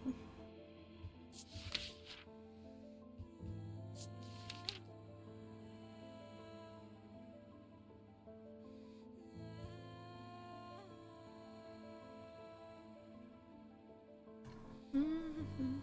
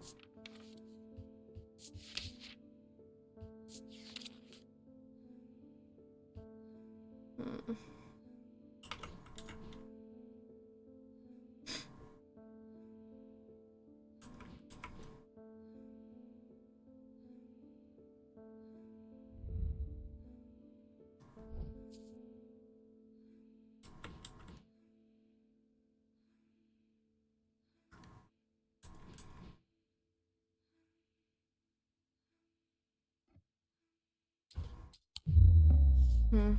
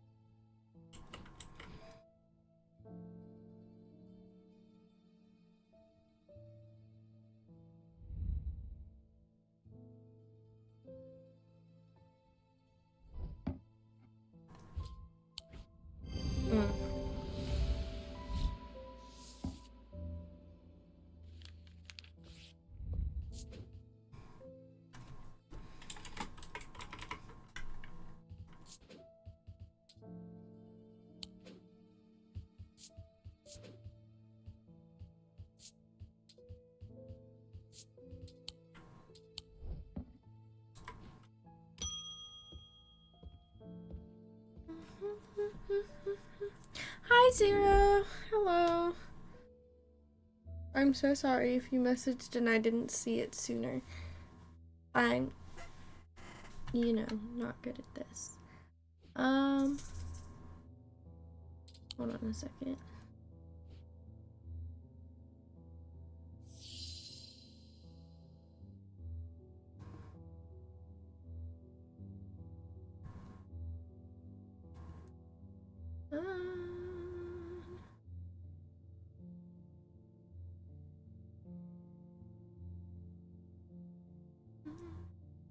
Have some popcorn, a little sippy or sip stuff.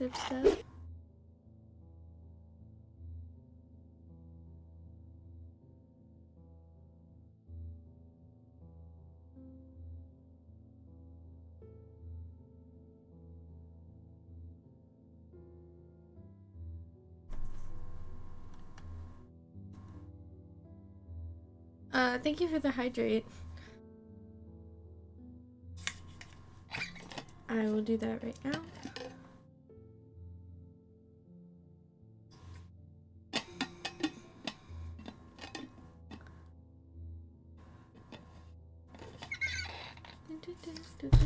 Ow! My elbow!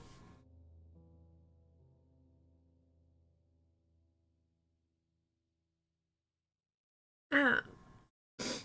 I forgot to do something a little while ago.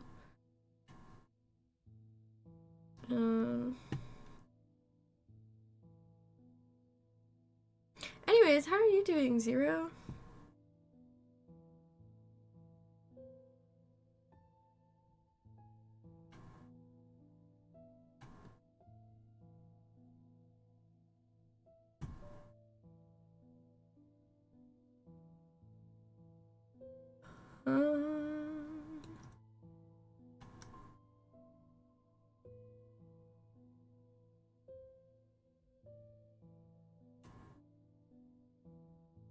Yeah, I've been really busy lately.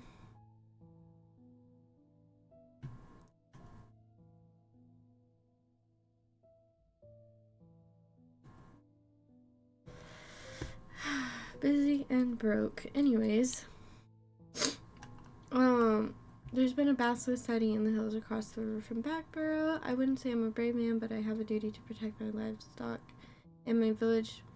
Better me than a younger man with his life ahead of him. I've come to prepare my sword. Oh, okay.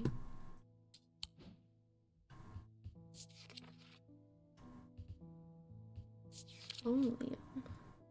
Blade is drawn across the face of a folium 6 times during the ritual of the Hand of Prior.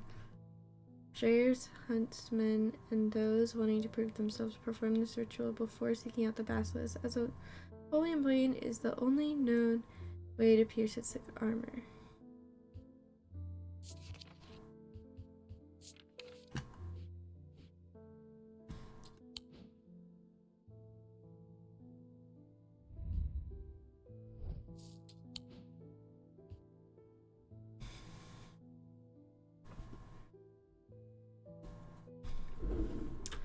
During the face, over the face of a folium.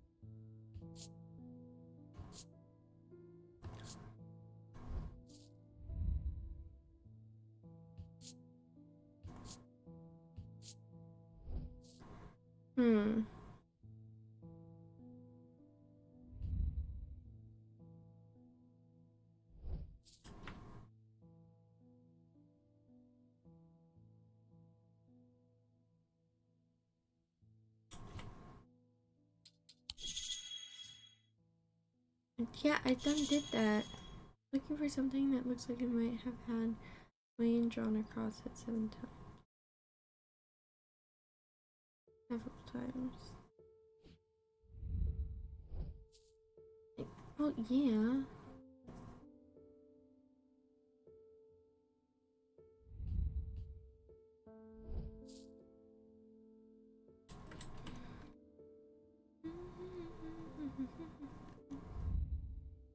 Oh.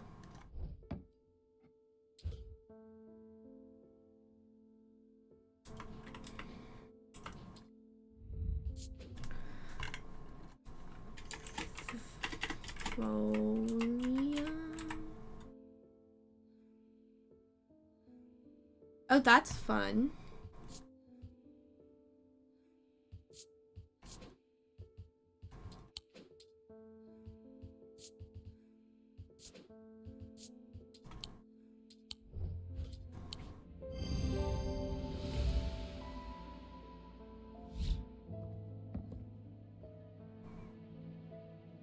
Yeah, trying to ensure people don't steal. That's fun.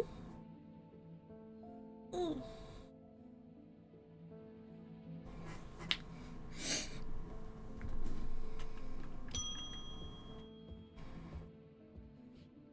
Dave escaped. At first, my patients grew agitated when I used the Gaudian siren, but then I had a breakthrough. Vivian Cartwright woke up. She seemed lucid, calm even. I made a stupid mistake and loosened her restraints. I don't know what happened, whether the siren stopped working or if perhaps it had never worked and she tricked me. But almost immediately she changed back and turned violent. Before I knew it, she had managed to free the others. We've tried to stop them, but they fought their way out of the hospital. I have no idea where they've gone. Oh, thanks. That's not suspicious at all. Oh shoot, we're almost to the end, guys. Almost imperceptibly, the casket began to absorb the crepuscular power that had leached into the stone and the earth of its lightless tomb.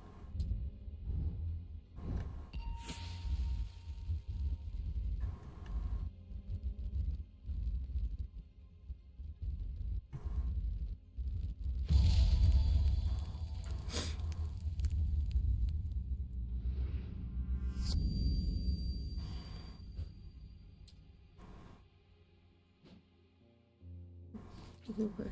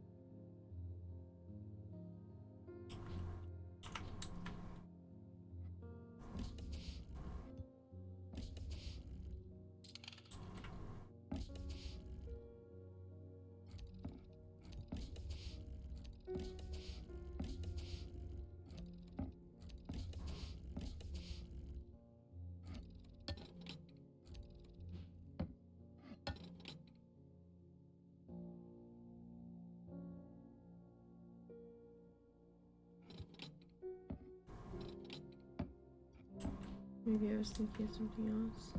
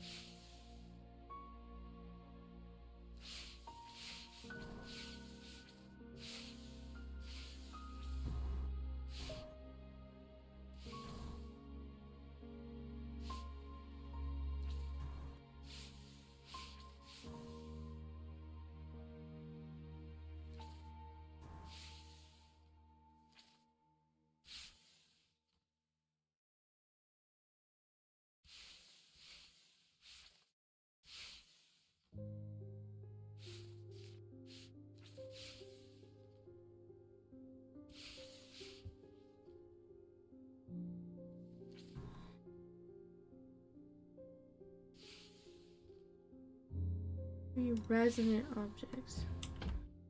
Right.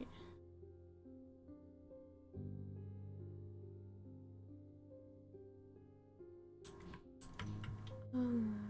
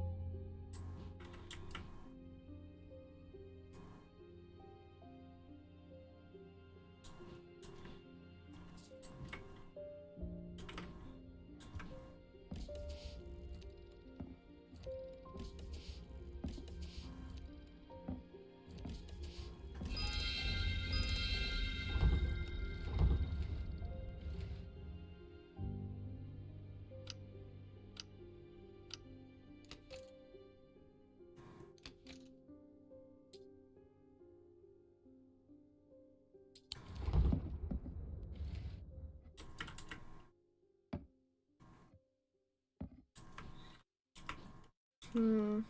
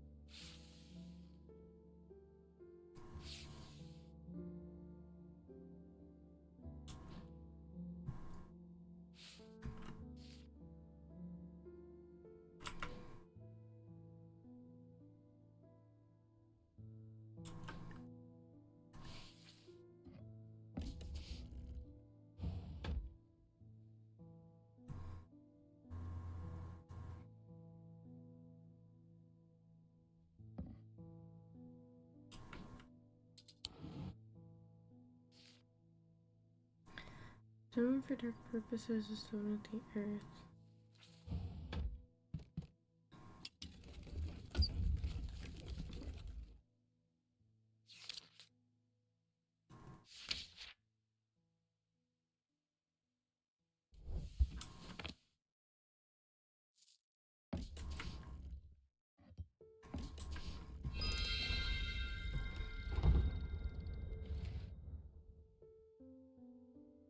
Hmm.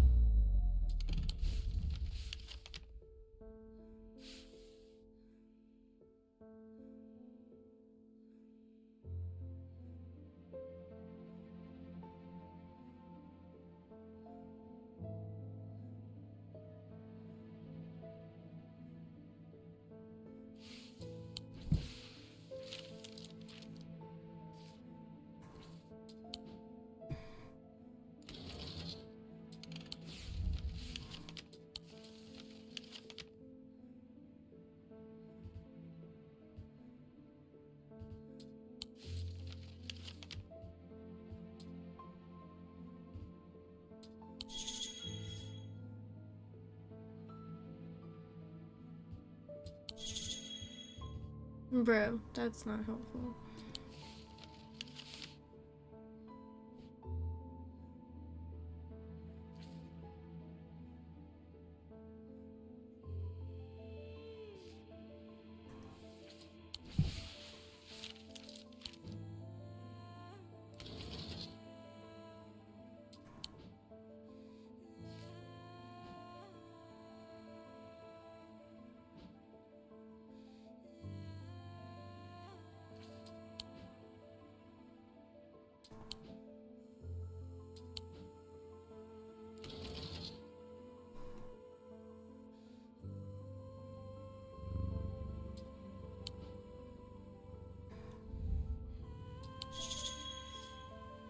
Bro, that's not helpful.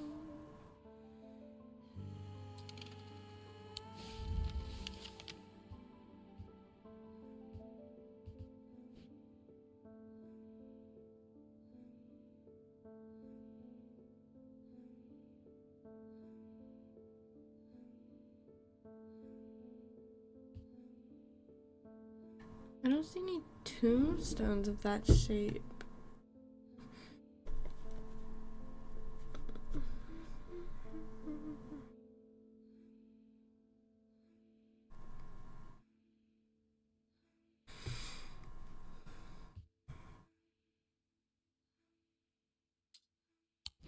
Wait, maybe it has to do with what time that is.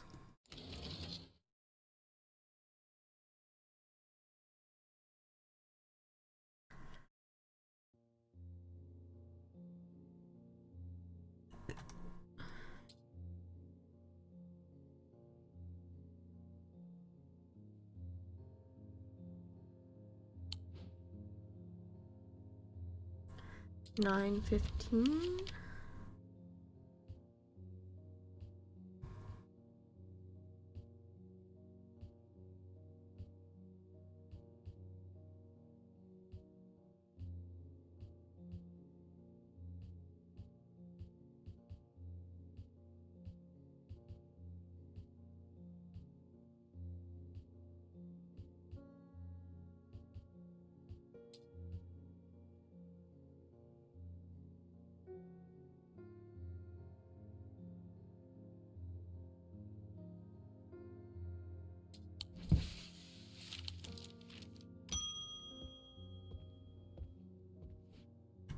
The Witherings was a terrible idea. I've only gotten to make things worse. I wish Eli was back. He'd know what to do. Some years ago now, a friend brought an item to me, a black casket. I learned that it was a dark article. I should have brought it to Eli right then and there, but I knew he would want to destroy it. I'm a collector of things. It seemed too important to be sure I see how I get that was now. This casket is far more dangerous than anything I've come across before. And now I hear they are looking for it with their black eyes. Either I need to keep them out of the museum or bring the casket here to Strange Antiquities and hide it in one of the secret places. Dread, Vivid, or Lunima? I want to know what this is.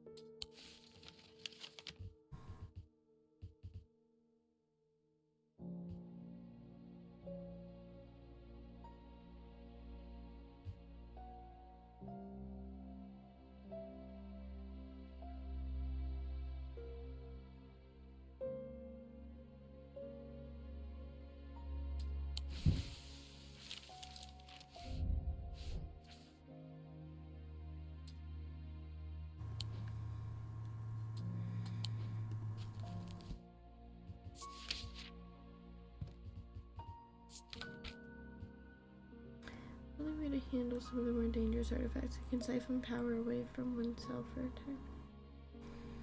Power rising up off his dread. Vivint is subtle but noticeably invigorating. These objects represent a balance of life and death, of good and evil, of hope and despair.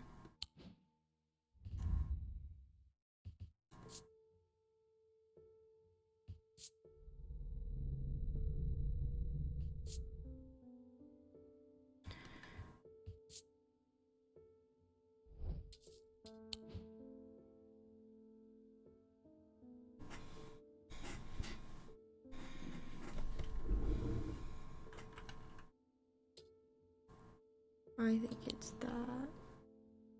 What's a Lunima?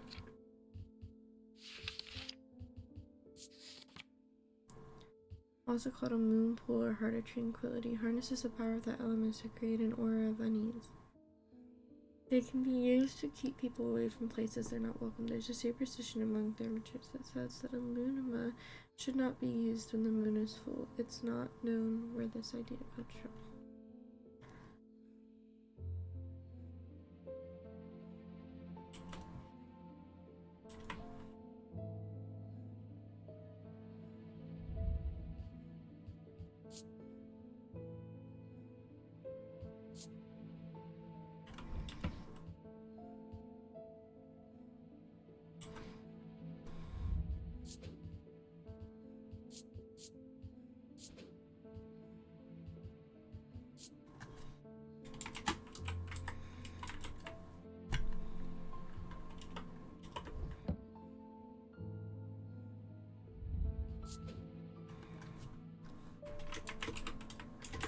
Oh my god.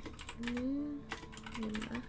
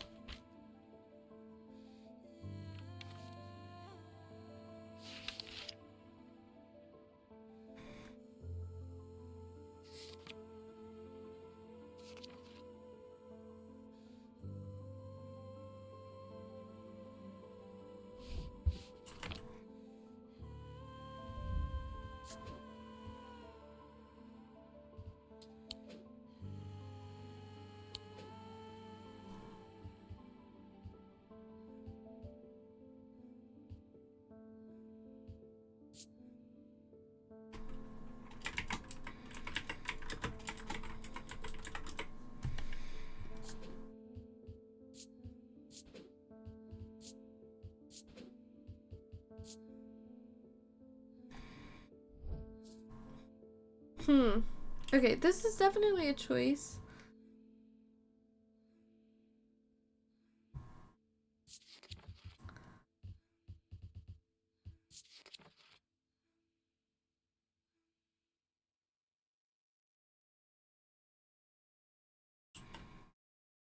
I want him to bring it here, so I'm gonna give him this.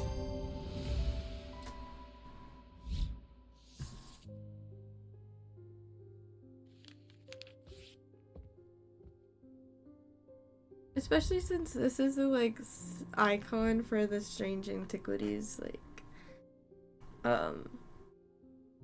shortcut. Okay, I really need to figure out what this is though. I set the clock to that.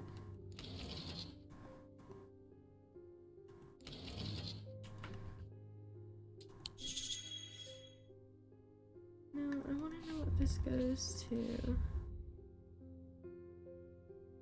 It looks like it would be a tombstone, but I don't see any that look like that.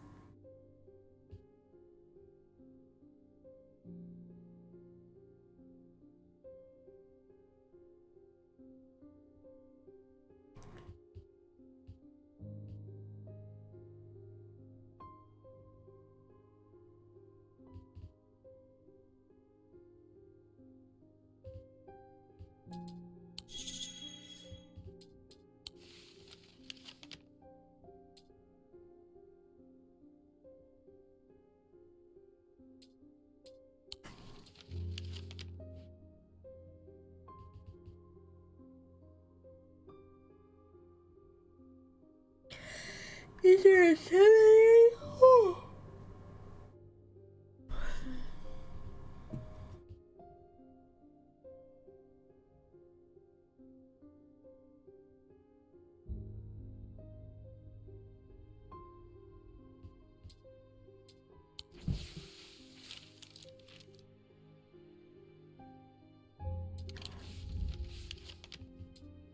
Especially like if we're on the last day, I don't want to miss out on any objects.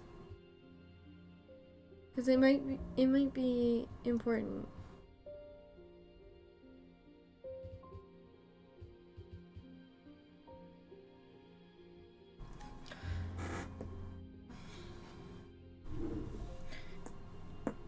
But like this definitely looks like it's supposed to be a tombstone.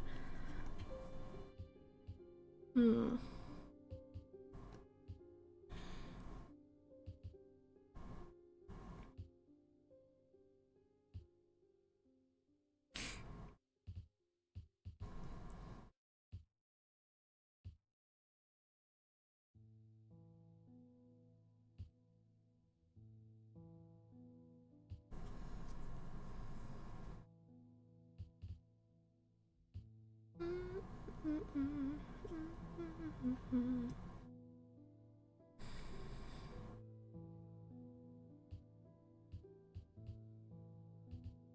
Hmm.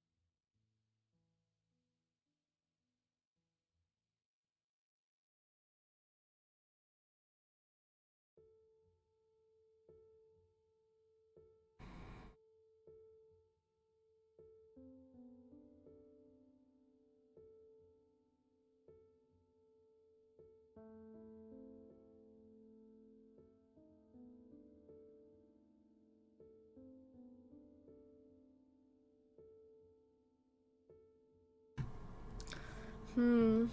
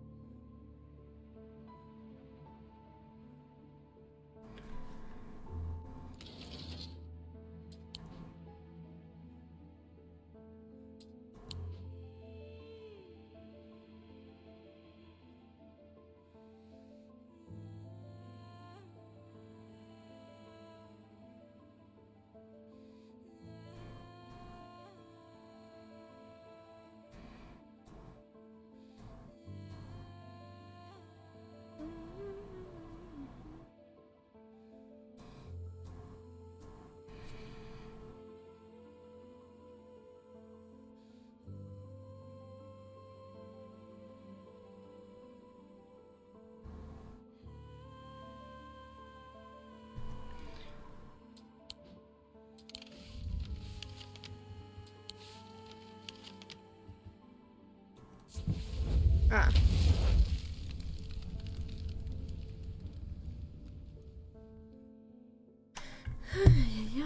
The air is stifling in the darkness, and the claustrophobia of the tunnels almost overwhelms me. I press on. I remind myself that there are few who venture down here, which means the chances of an interesting find are higher. It doesn't take long for my search to bear fruit.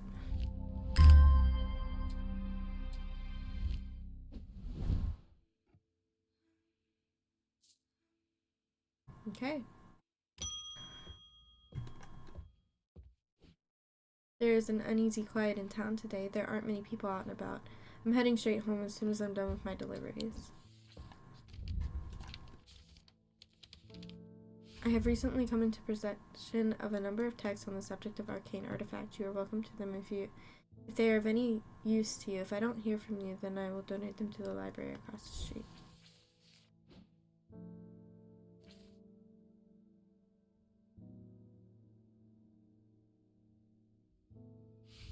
Who are you?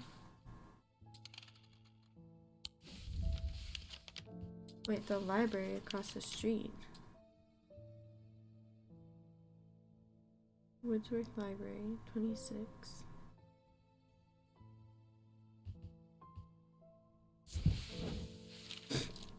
Several of the scrolls look promising, but they are written in the Druidic script, and my understanding is too rudimentary to make use of them. If Verona was around, I'm sure she could translate them, but she isn't, and I can't.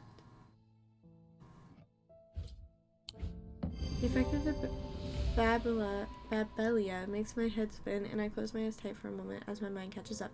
The pages swirl and blur in front of me, letters and words floating in and out of focus. After a time, I find that I can read them, though it takes some effort, and I feel drained as I reach the end.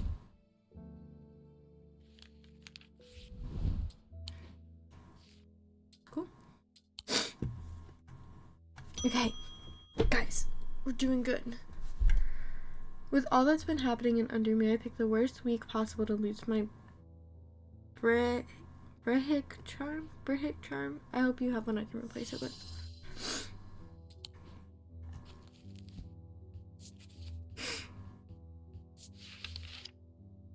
Powerful item that offers hope in times of worry, protection in times of darkness, and wisdom in times of uncertainty. Rules the power of the maiden and the mother. The maiden, the mother, and the crone. The wicked triple goddess.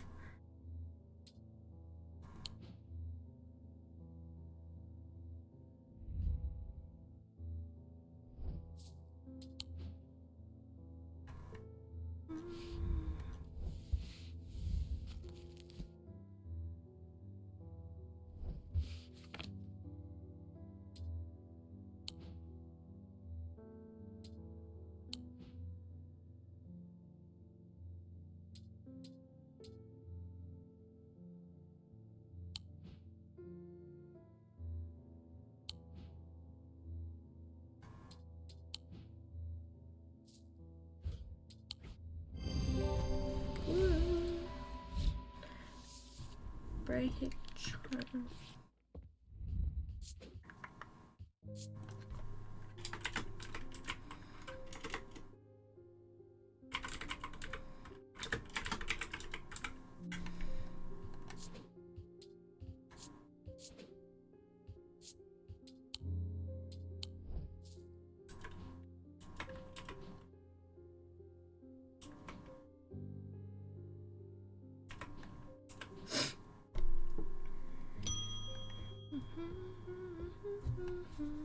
I'm sorry, I did not intend to be away for so long. I trust the shop has not been too much trouble to look after my absence. Nope. I've learned a lot from my time in Oxford. There's a powerful dark article here in Undermere called the Nemean Casket, and now you're telling me that my foolish half-wit of a brother has had it in his museum this whole time. I know how to destroy it, but it's not going to be easy. Whatever happens, it must not be open. We will need to create a pillar of Calaris. From what I gather, such a feat has not been attempted in over 500 years. I just hope there's enough time to prepare. I'm afraid I can't stay, but I'll be back as soon as I can.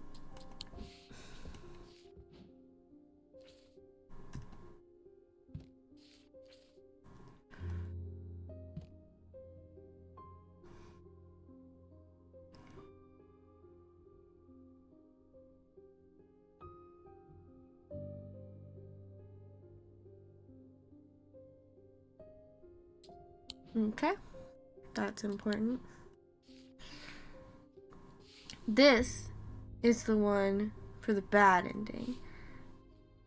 And this is the one for the good ending, so we're gonna keep it out. I've had my energy drained by some disturbing evil power for days now. I felt tired and frail, and then today I found something that horrified me. Beneath my bed I discovered a carved wooden effigy with a strange symbol painted upon it. I don't know who has done this to me, but all I want for now is to lift this feeling of weakness.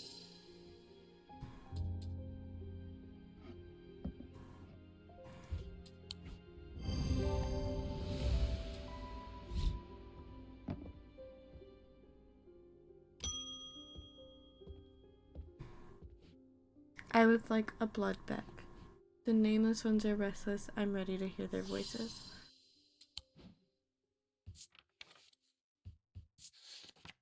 It was once thought that these objects could be used to commune with the dead, but it is now widely believed that such a thing is not possible. It's not known where these strange voices that emanate from a blood beck originate, but there are some who believe that they are voices of the nameless gods.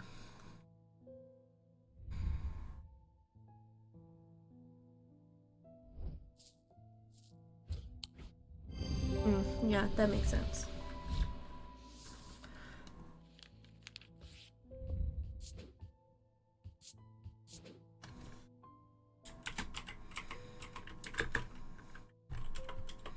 What's it called again?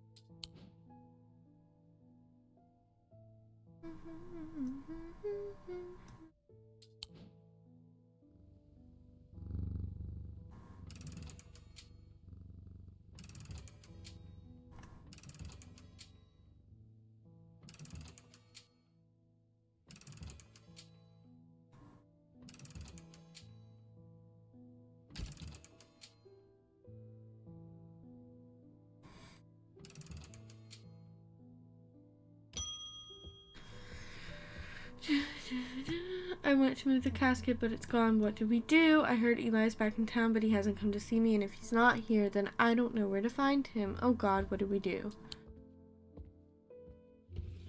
Well, that's not good. It festered and pulsated until it could no longer be contained. Some part of it reached out from the darkness, creating eyes, so that it might find itself in hands, so that it might open itself. The casket wanted to be opened. Uh-oh. This is not good, guys. It's a stack of books. I lie below books and scrolls on the esoteric and the arcane.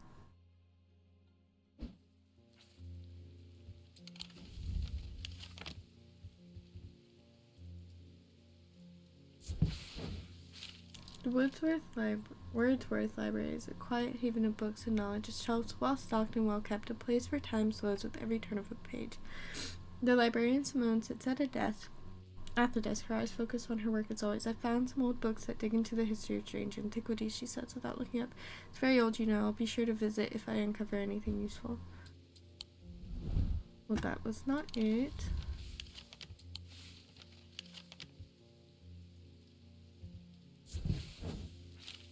Entering the library, I am drawn to a dark alcove round to the right, bearing the title Esoteric and Arcana. I'm sure there's much to learn here, but sadly, a cursory glance is all I have time for today. Piled up on a reading desk, I find books on ornithology alongside bestiaries of the old world. You can learn a lot about a person from the books that they read. What did the...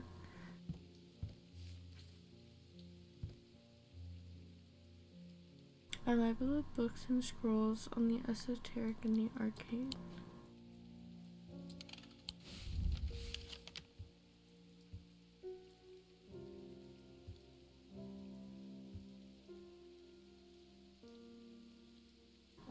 Wait, what did it say?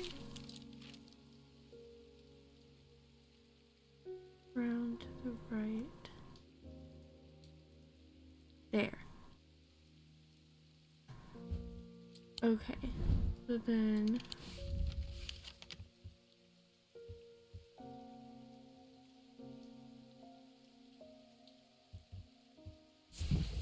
Got it. Okay. As I open the door, I am hit by the musty smell of damp. This room hasn't been entered for some time. The corner of the room is piled high with scrolls of parchment and old books, but underneath the debris I find something of interest. Ooh, that's a fun looking item.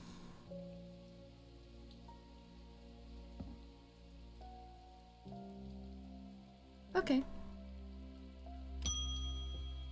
Eli White, let's go, Eli.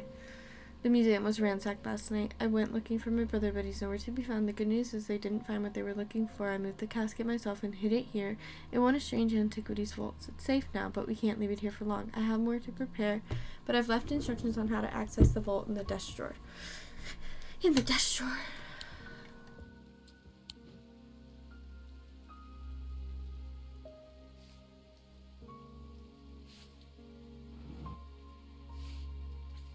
Candle that gives off no light, an anchor that has never touched the ocean, a finger but not a flesh. Candle that doesn't give off light, an anchor.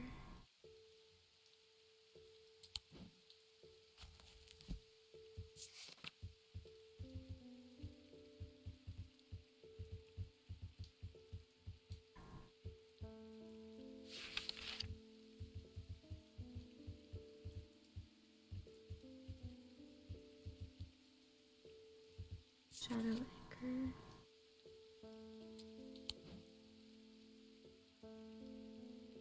Right.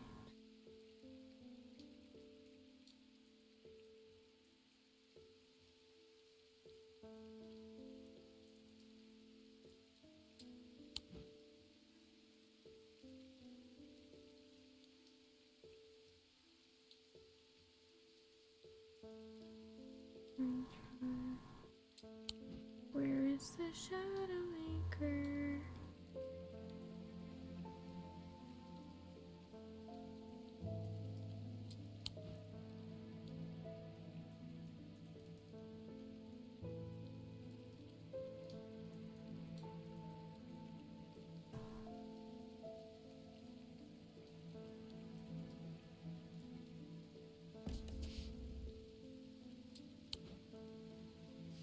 And a finger but not a flesh.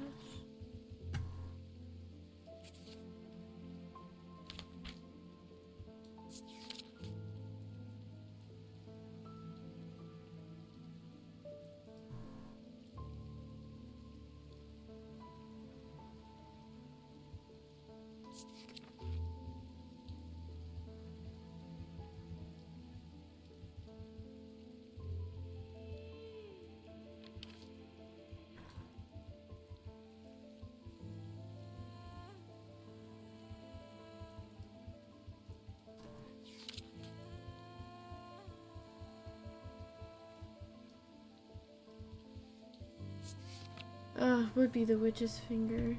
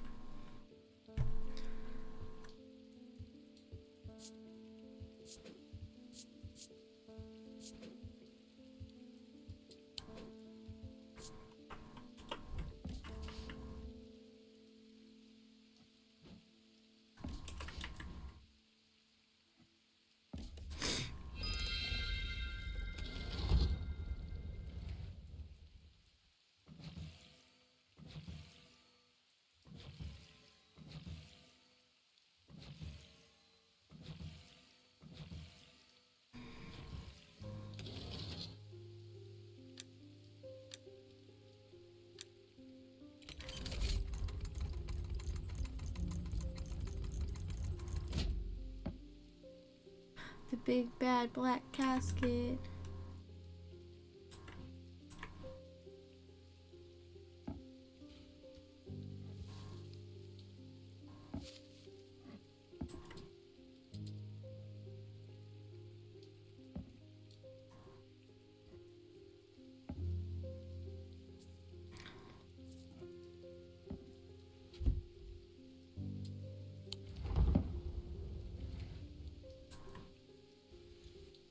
Put it somewhere nice and safe, guys.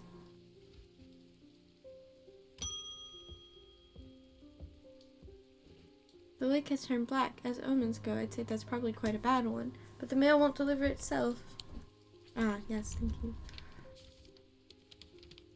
I found this note in an old writing desk up at Gleeson Castle. I expect it will mean more to you. Fear in autumn, rising in winter. It feels all too prescient as we hurtle towards winter in a terrible unknown fate.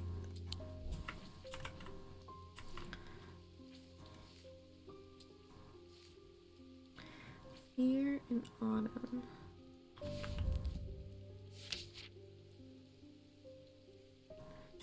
Okay. Here. Autumn. Rising in winter. I searched the room at the foot of the western tower quite thoroughly before finding a stash of papers. To my dismay, they are largely the scrawling of a madman, but in amongst the nonsense, there's some valuable information.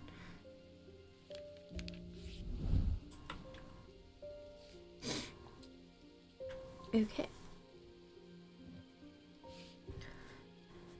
Cool. Lord.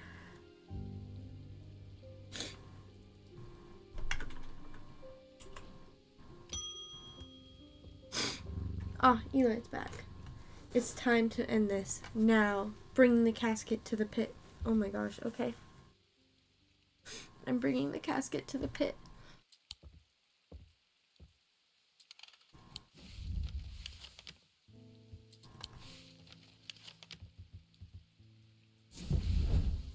The sun is low in the sky as we arrive at the pit, casting a warm light across the treetops and the open fields. A solitary raven cries out from the tree line. I look to the skies, but they are empty. The pit itself is an ominous sight that the otherwise serene atmosphere can do nothing to diminish. It is a scorched black hole, perhaps 5 meters in diameter, that has an unnatural look to it. This is a site of thaumic convergence. It is no simple thing to destroy an object of this kind. We need to set up opposing powers at opposing compass points, strength and weakness, light and dark. And finally, we need the light of Workin to bind them.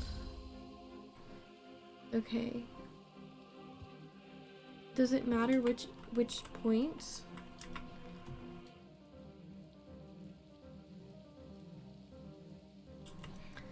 No? Okay, this is strength. This is weakness.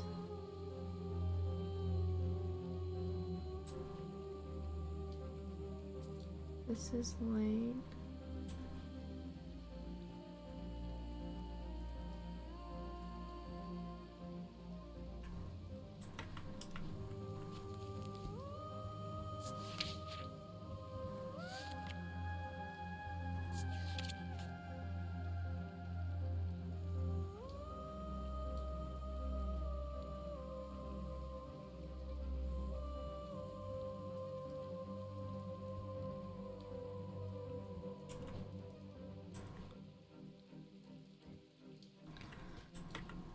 And then Workin's light.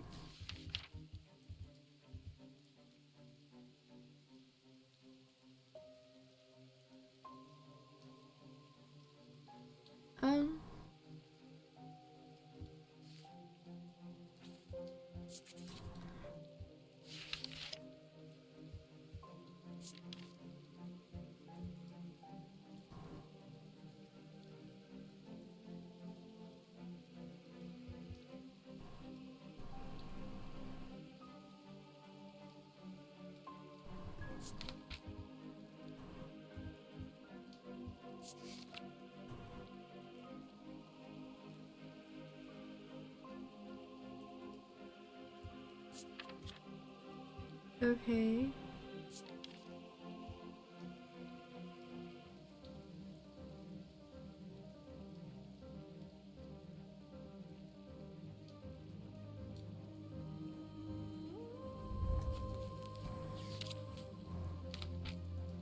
Stone of the earth and nature.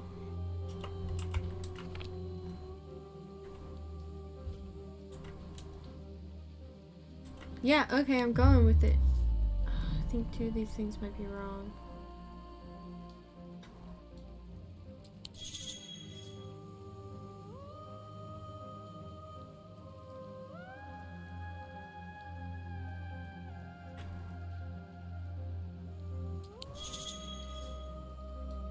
I already have the coordinates.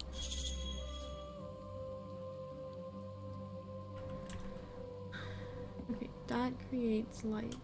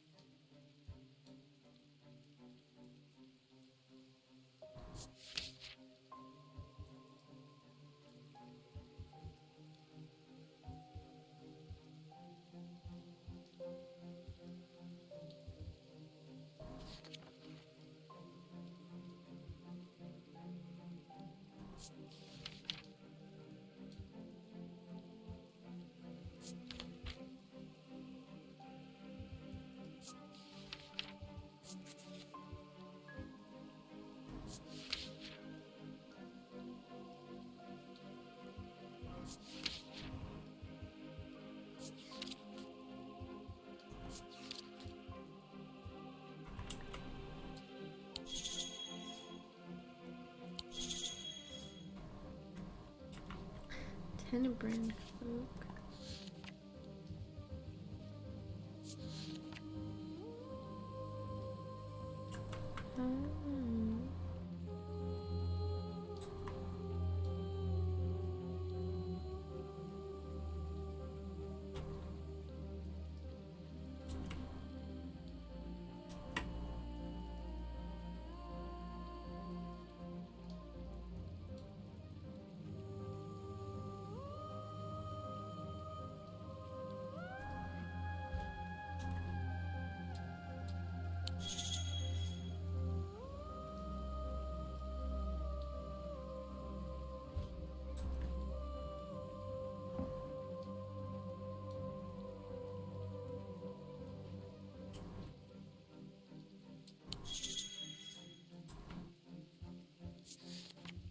I don't have the thing.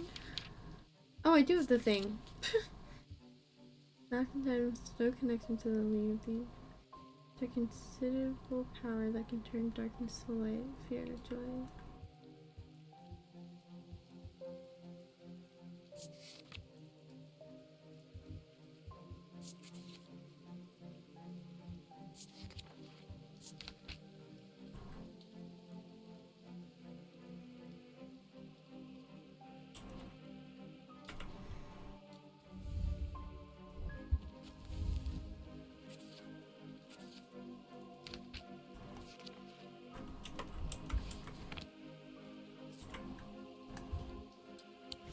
There we go.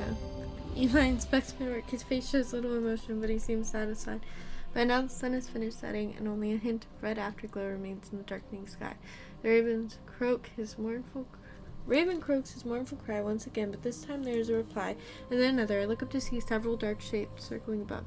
Quickly, now they're here. I spin around to follow Eli's gaze, and my pulse quickens as I look out across the field. A large group of shadowy figures is walking steadily towards us.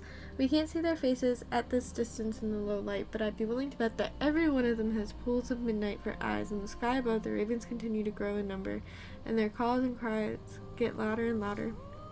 I look down at the black object in my hands. Such a small thing, and yet its seductive power is impossible to ignore. Once we open, suddenly it feels inevitable. The casket now, but I'm not sure I want to give it to him. No, I'm giving him the casket. The weight of intoxicating power washes over me, but I hold strong against it. I hand over the casket, and together we begin activating the items arranged around the pit. Working as fast as we can, it still takes longer than we'd like, and when I look up again, the Thaumaturge has fear in his eyes. We're too late. The mob is upon us. One of them grabs Eli and tries to wrestle wrestle the casket from his hands. I rush across to help him, but it's no use. They're all around us. The man tears the casket free, and it clatters to the floor, skittering towards the edge of the pit before coming to rest on the precipice.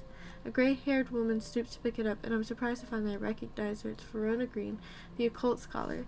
The mob cheers, but Verona turns towards me, and I am no longer afraid. Her eyes are ringed with darkness, but they are not black. Ha! I gave her the right thing!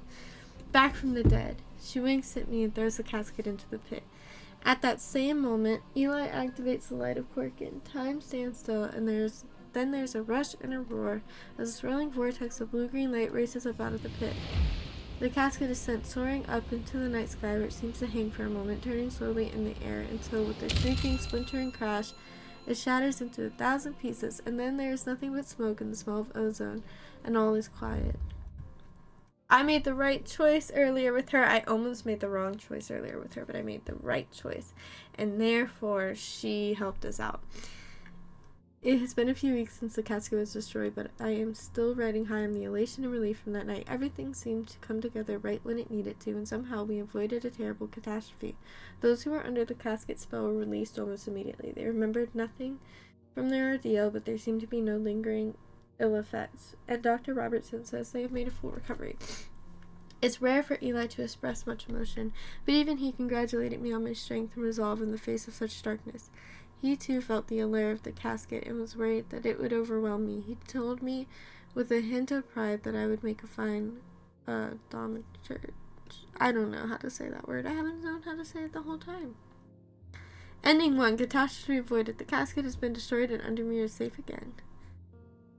Everybody's alive. Barton's missing. Audrey's deceased. Never mind. She's insane. Oops.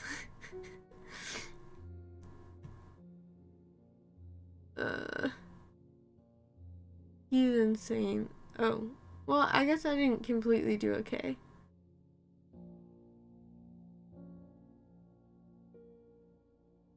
But we rescued Juniper, and that's the only one that really matters.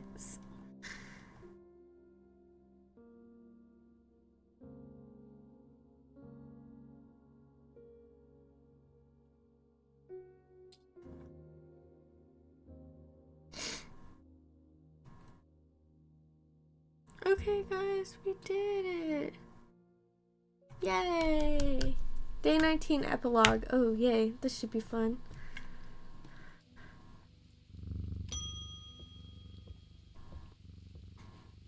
My father is suffering from Morgan's insanity. His doctors have given up on him, but Dr. Robinson told me there might be a way to save him. She said it might be possible to stop the infection spreading by cutting the poisonous thoughts from his mind, but she said it was beyond her skill.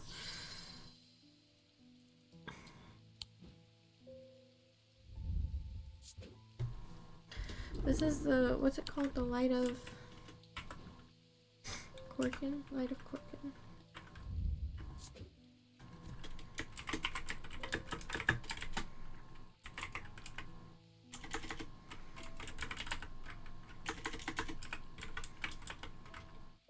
I think that's how you spell it.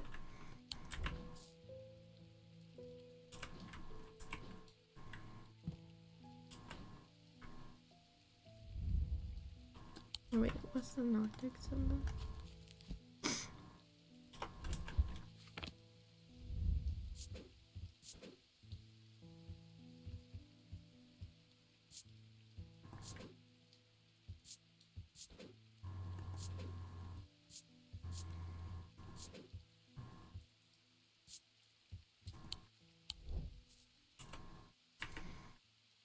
Okay.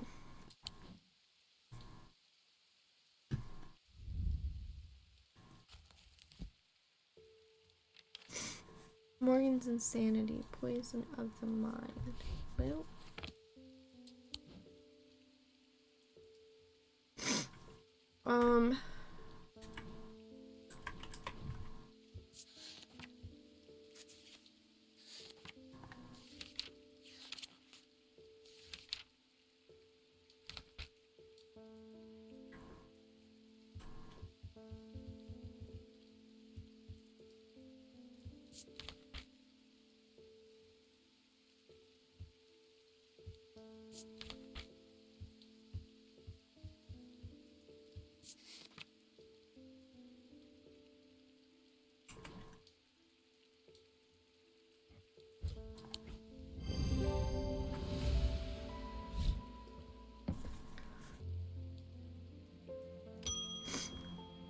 Peggy Grafton.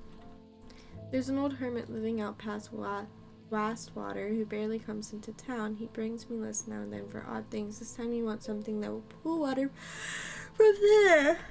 Yeah, if he's mad or onto something, but I said I'd ask around.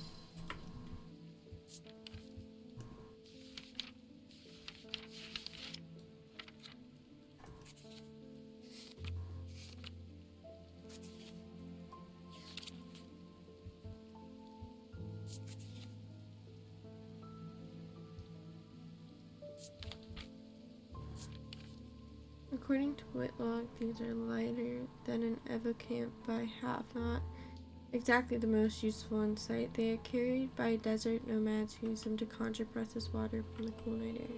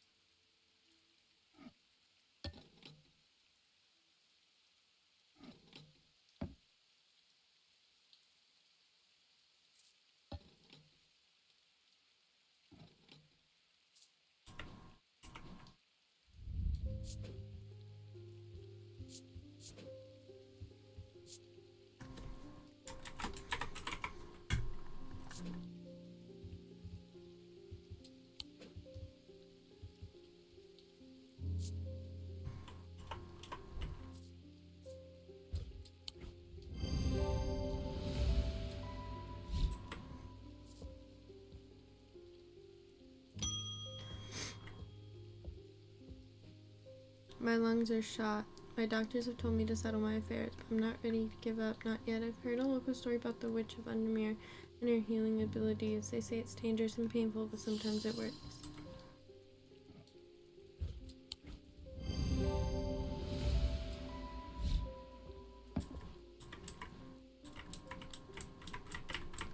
I just noticed the candles moved too. My farm is diseased, my crops won't hold, and even the animals are uneasy. My old man says the earth's angry. He said I should call upon Corkin for wisdom and blessings. Can you help? This land's all I've got.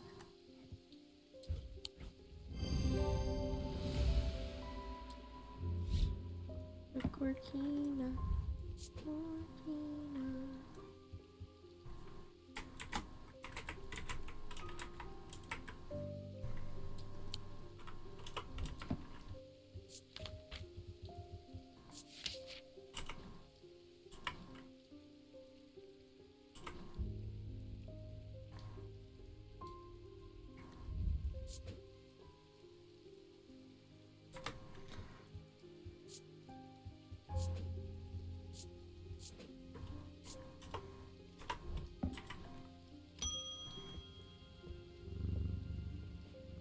I collect rare artifacts, especially those with, shall we say, questionable uses.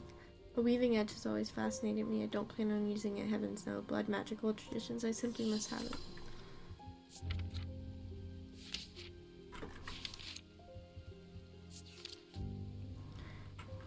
Enter the Red Knight, a bloodthirsty state of mind. Tradition dictates that the handle should be made from the wood of a great oak.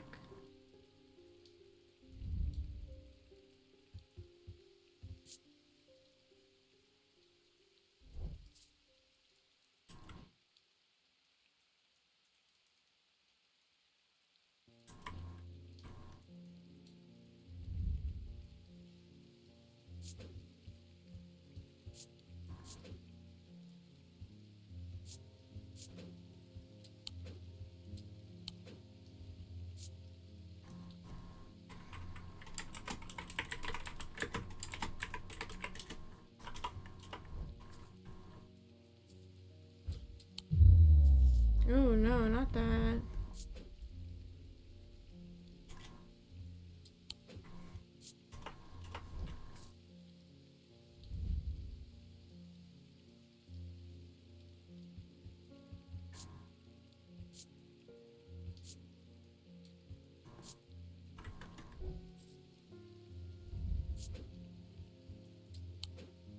Let's try this one.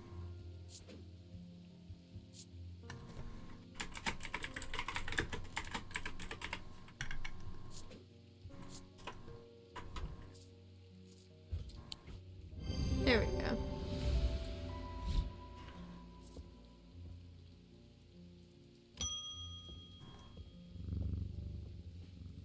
I've read the tales of Kalaris from cover to cover. I was surprised to learn of some of the powers he could wield. Did you know that he could walk through walls? I read that he used the water's shadow, but that we've lost the knowledge of how they work over the years. I don't expect to get very far with it, but I'd like to study one all the same. Who knows, perhaps I'll succeed where others have failed.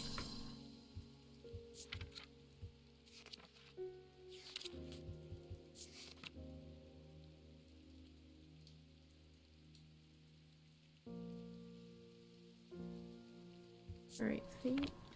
Atomic field.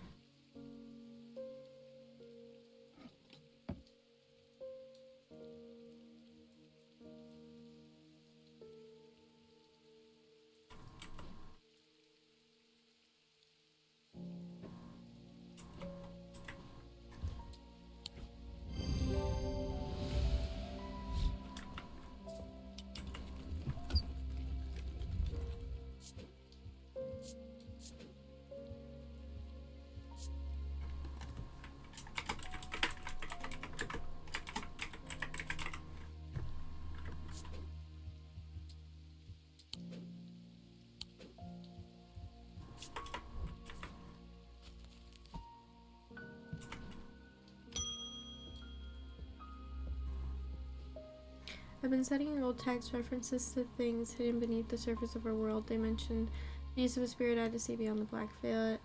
It's something I'd like to experience for myself. Yeah, as soon as I remember where I put the spirit eye.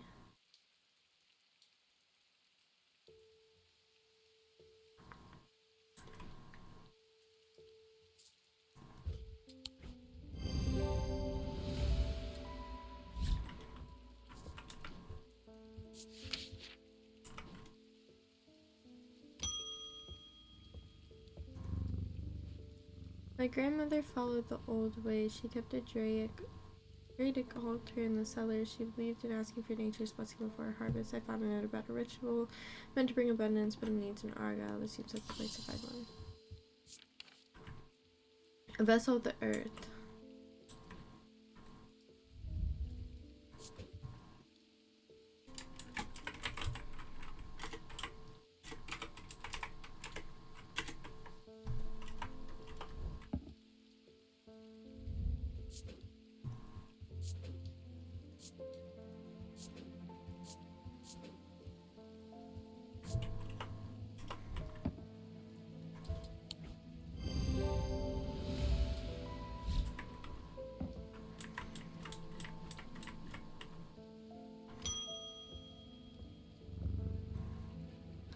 I've worked in riverbed searching for stones, amethyst shade, maybe Vivianite if I'm lucky.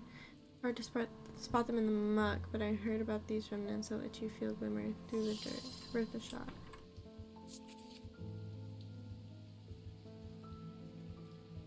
Not Corman's Mite.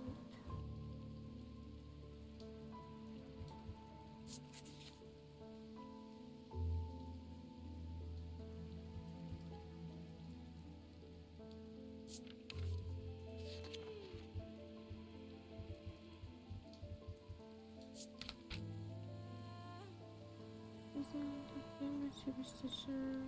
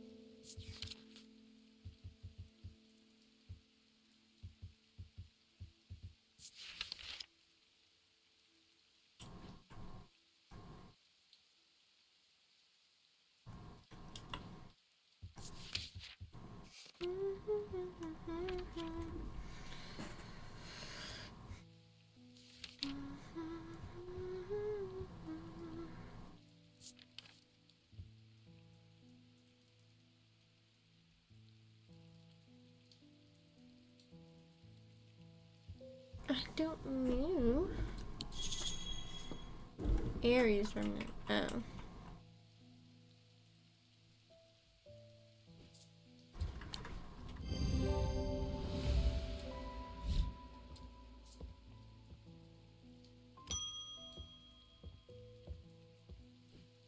We've hit a bit of snag and I've had to shut down the quarry. Our dynamite suppliers had a little accident. I'll spare you the details. I wonder if there's anything in your fine collection that can get us up and running again in the short term. I'm losing money by the minute.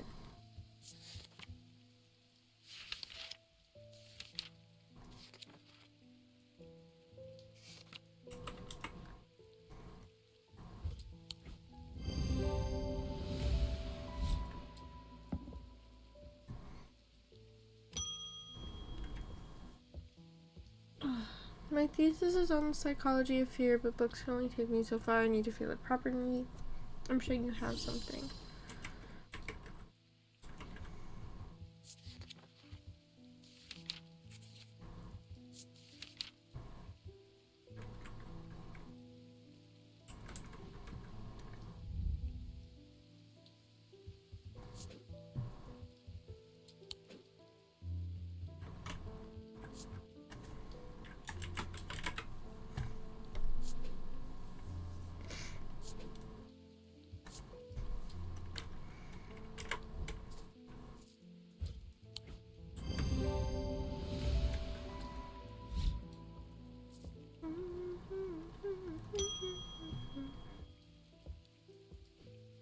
I've been looking into Corvin the Bloody Queen for a book of historical figures I'm writing. I'm finding it surprisingly difficult to verify much of her story. I was hoping to take a look at one of the bloodstone artifacts that are created in your name.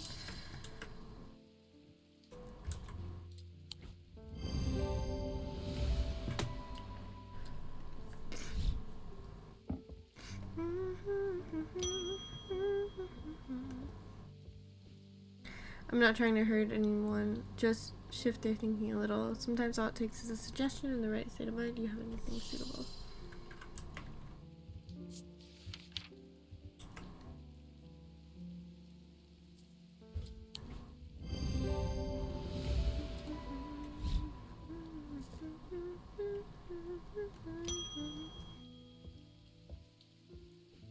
My sons are out of control. Jail doesn't teach them anything. A year behind bars and they came back worse.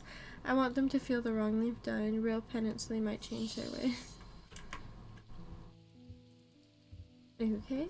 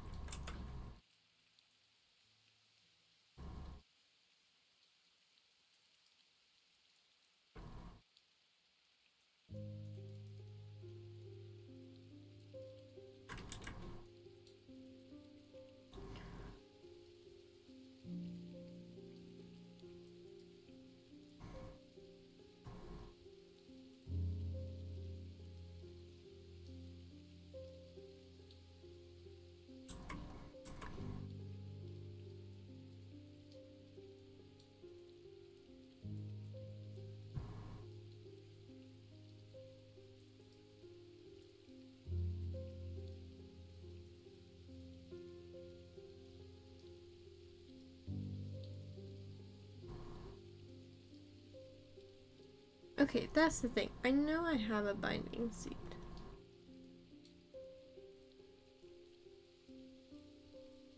There it is.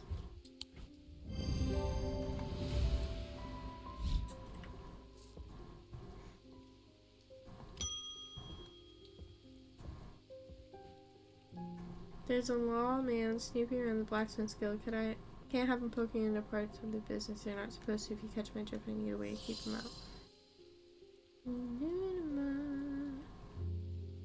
Where did I put the Lunima?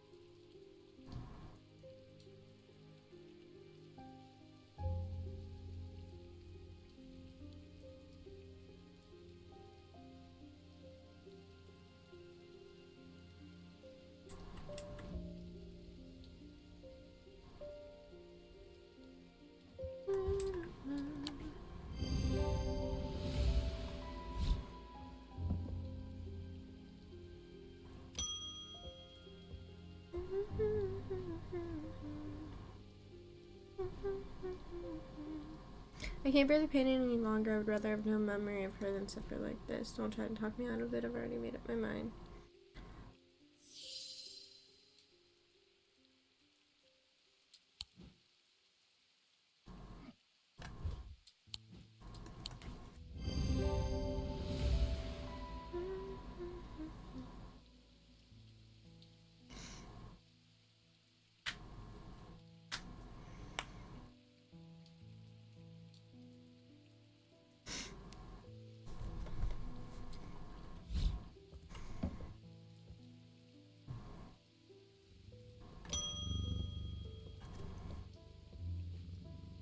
My brother captains a small fishing vessel. There was a big storm last month, and 2 boats never came home. Everyone with the ocean to carry cash tokens. Thanks to keep the sea calm or at least keep you afloat. I want to give him something like that just in case.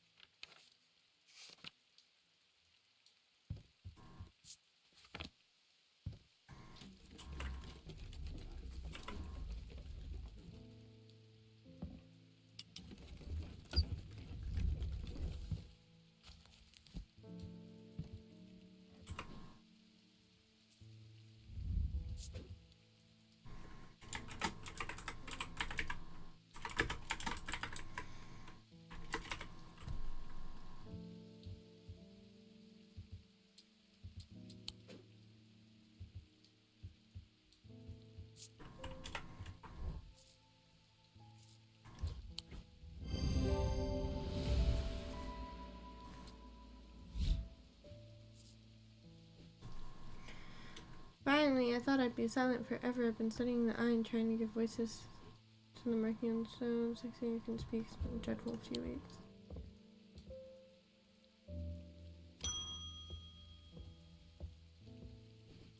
Rain again, soaked to the bone before I'm halfway through my rounds. I'm fed up with it. I got a few bob to spare if you know a way to keep me dry.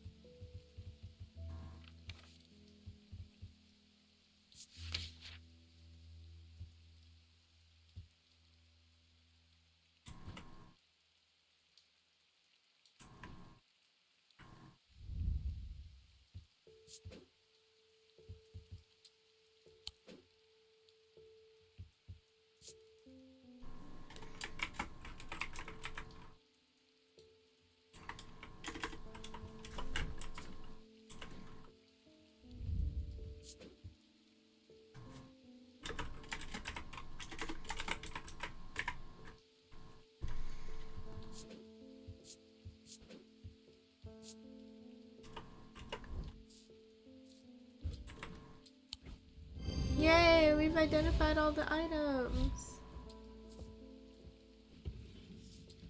And with that, I am done. Time for a well-earned rest right after I give Jupiter one last scratch behind the ears.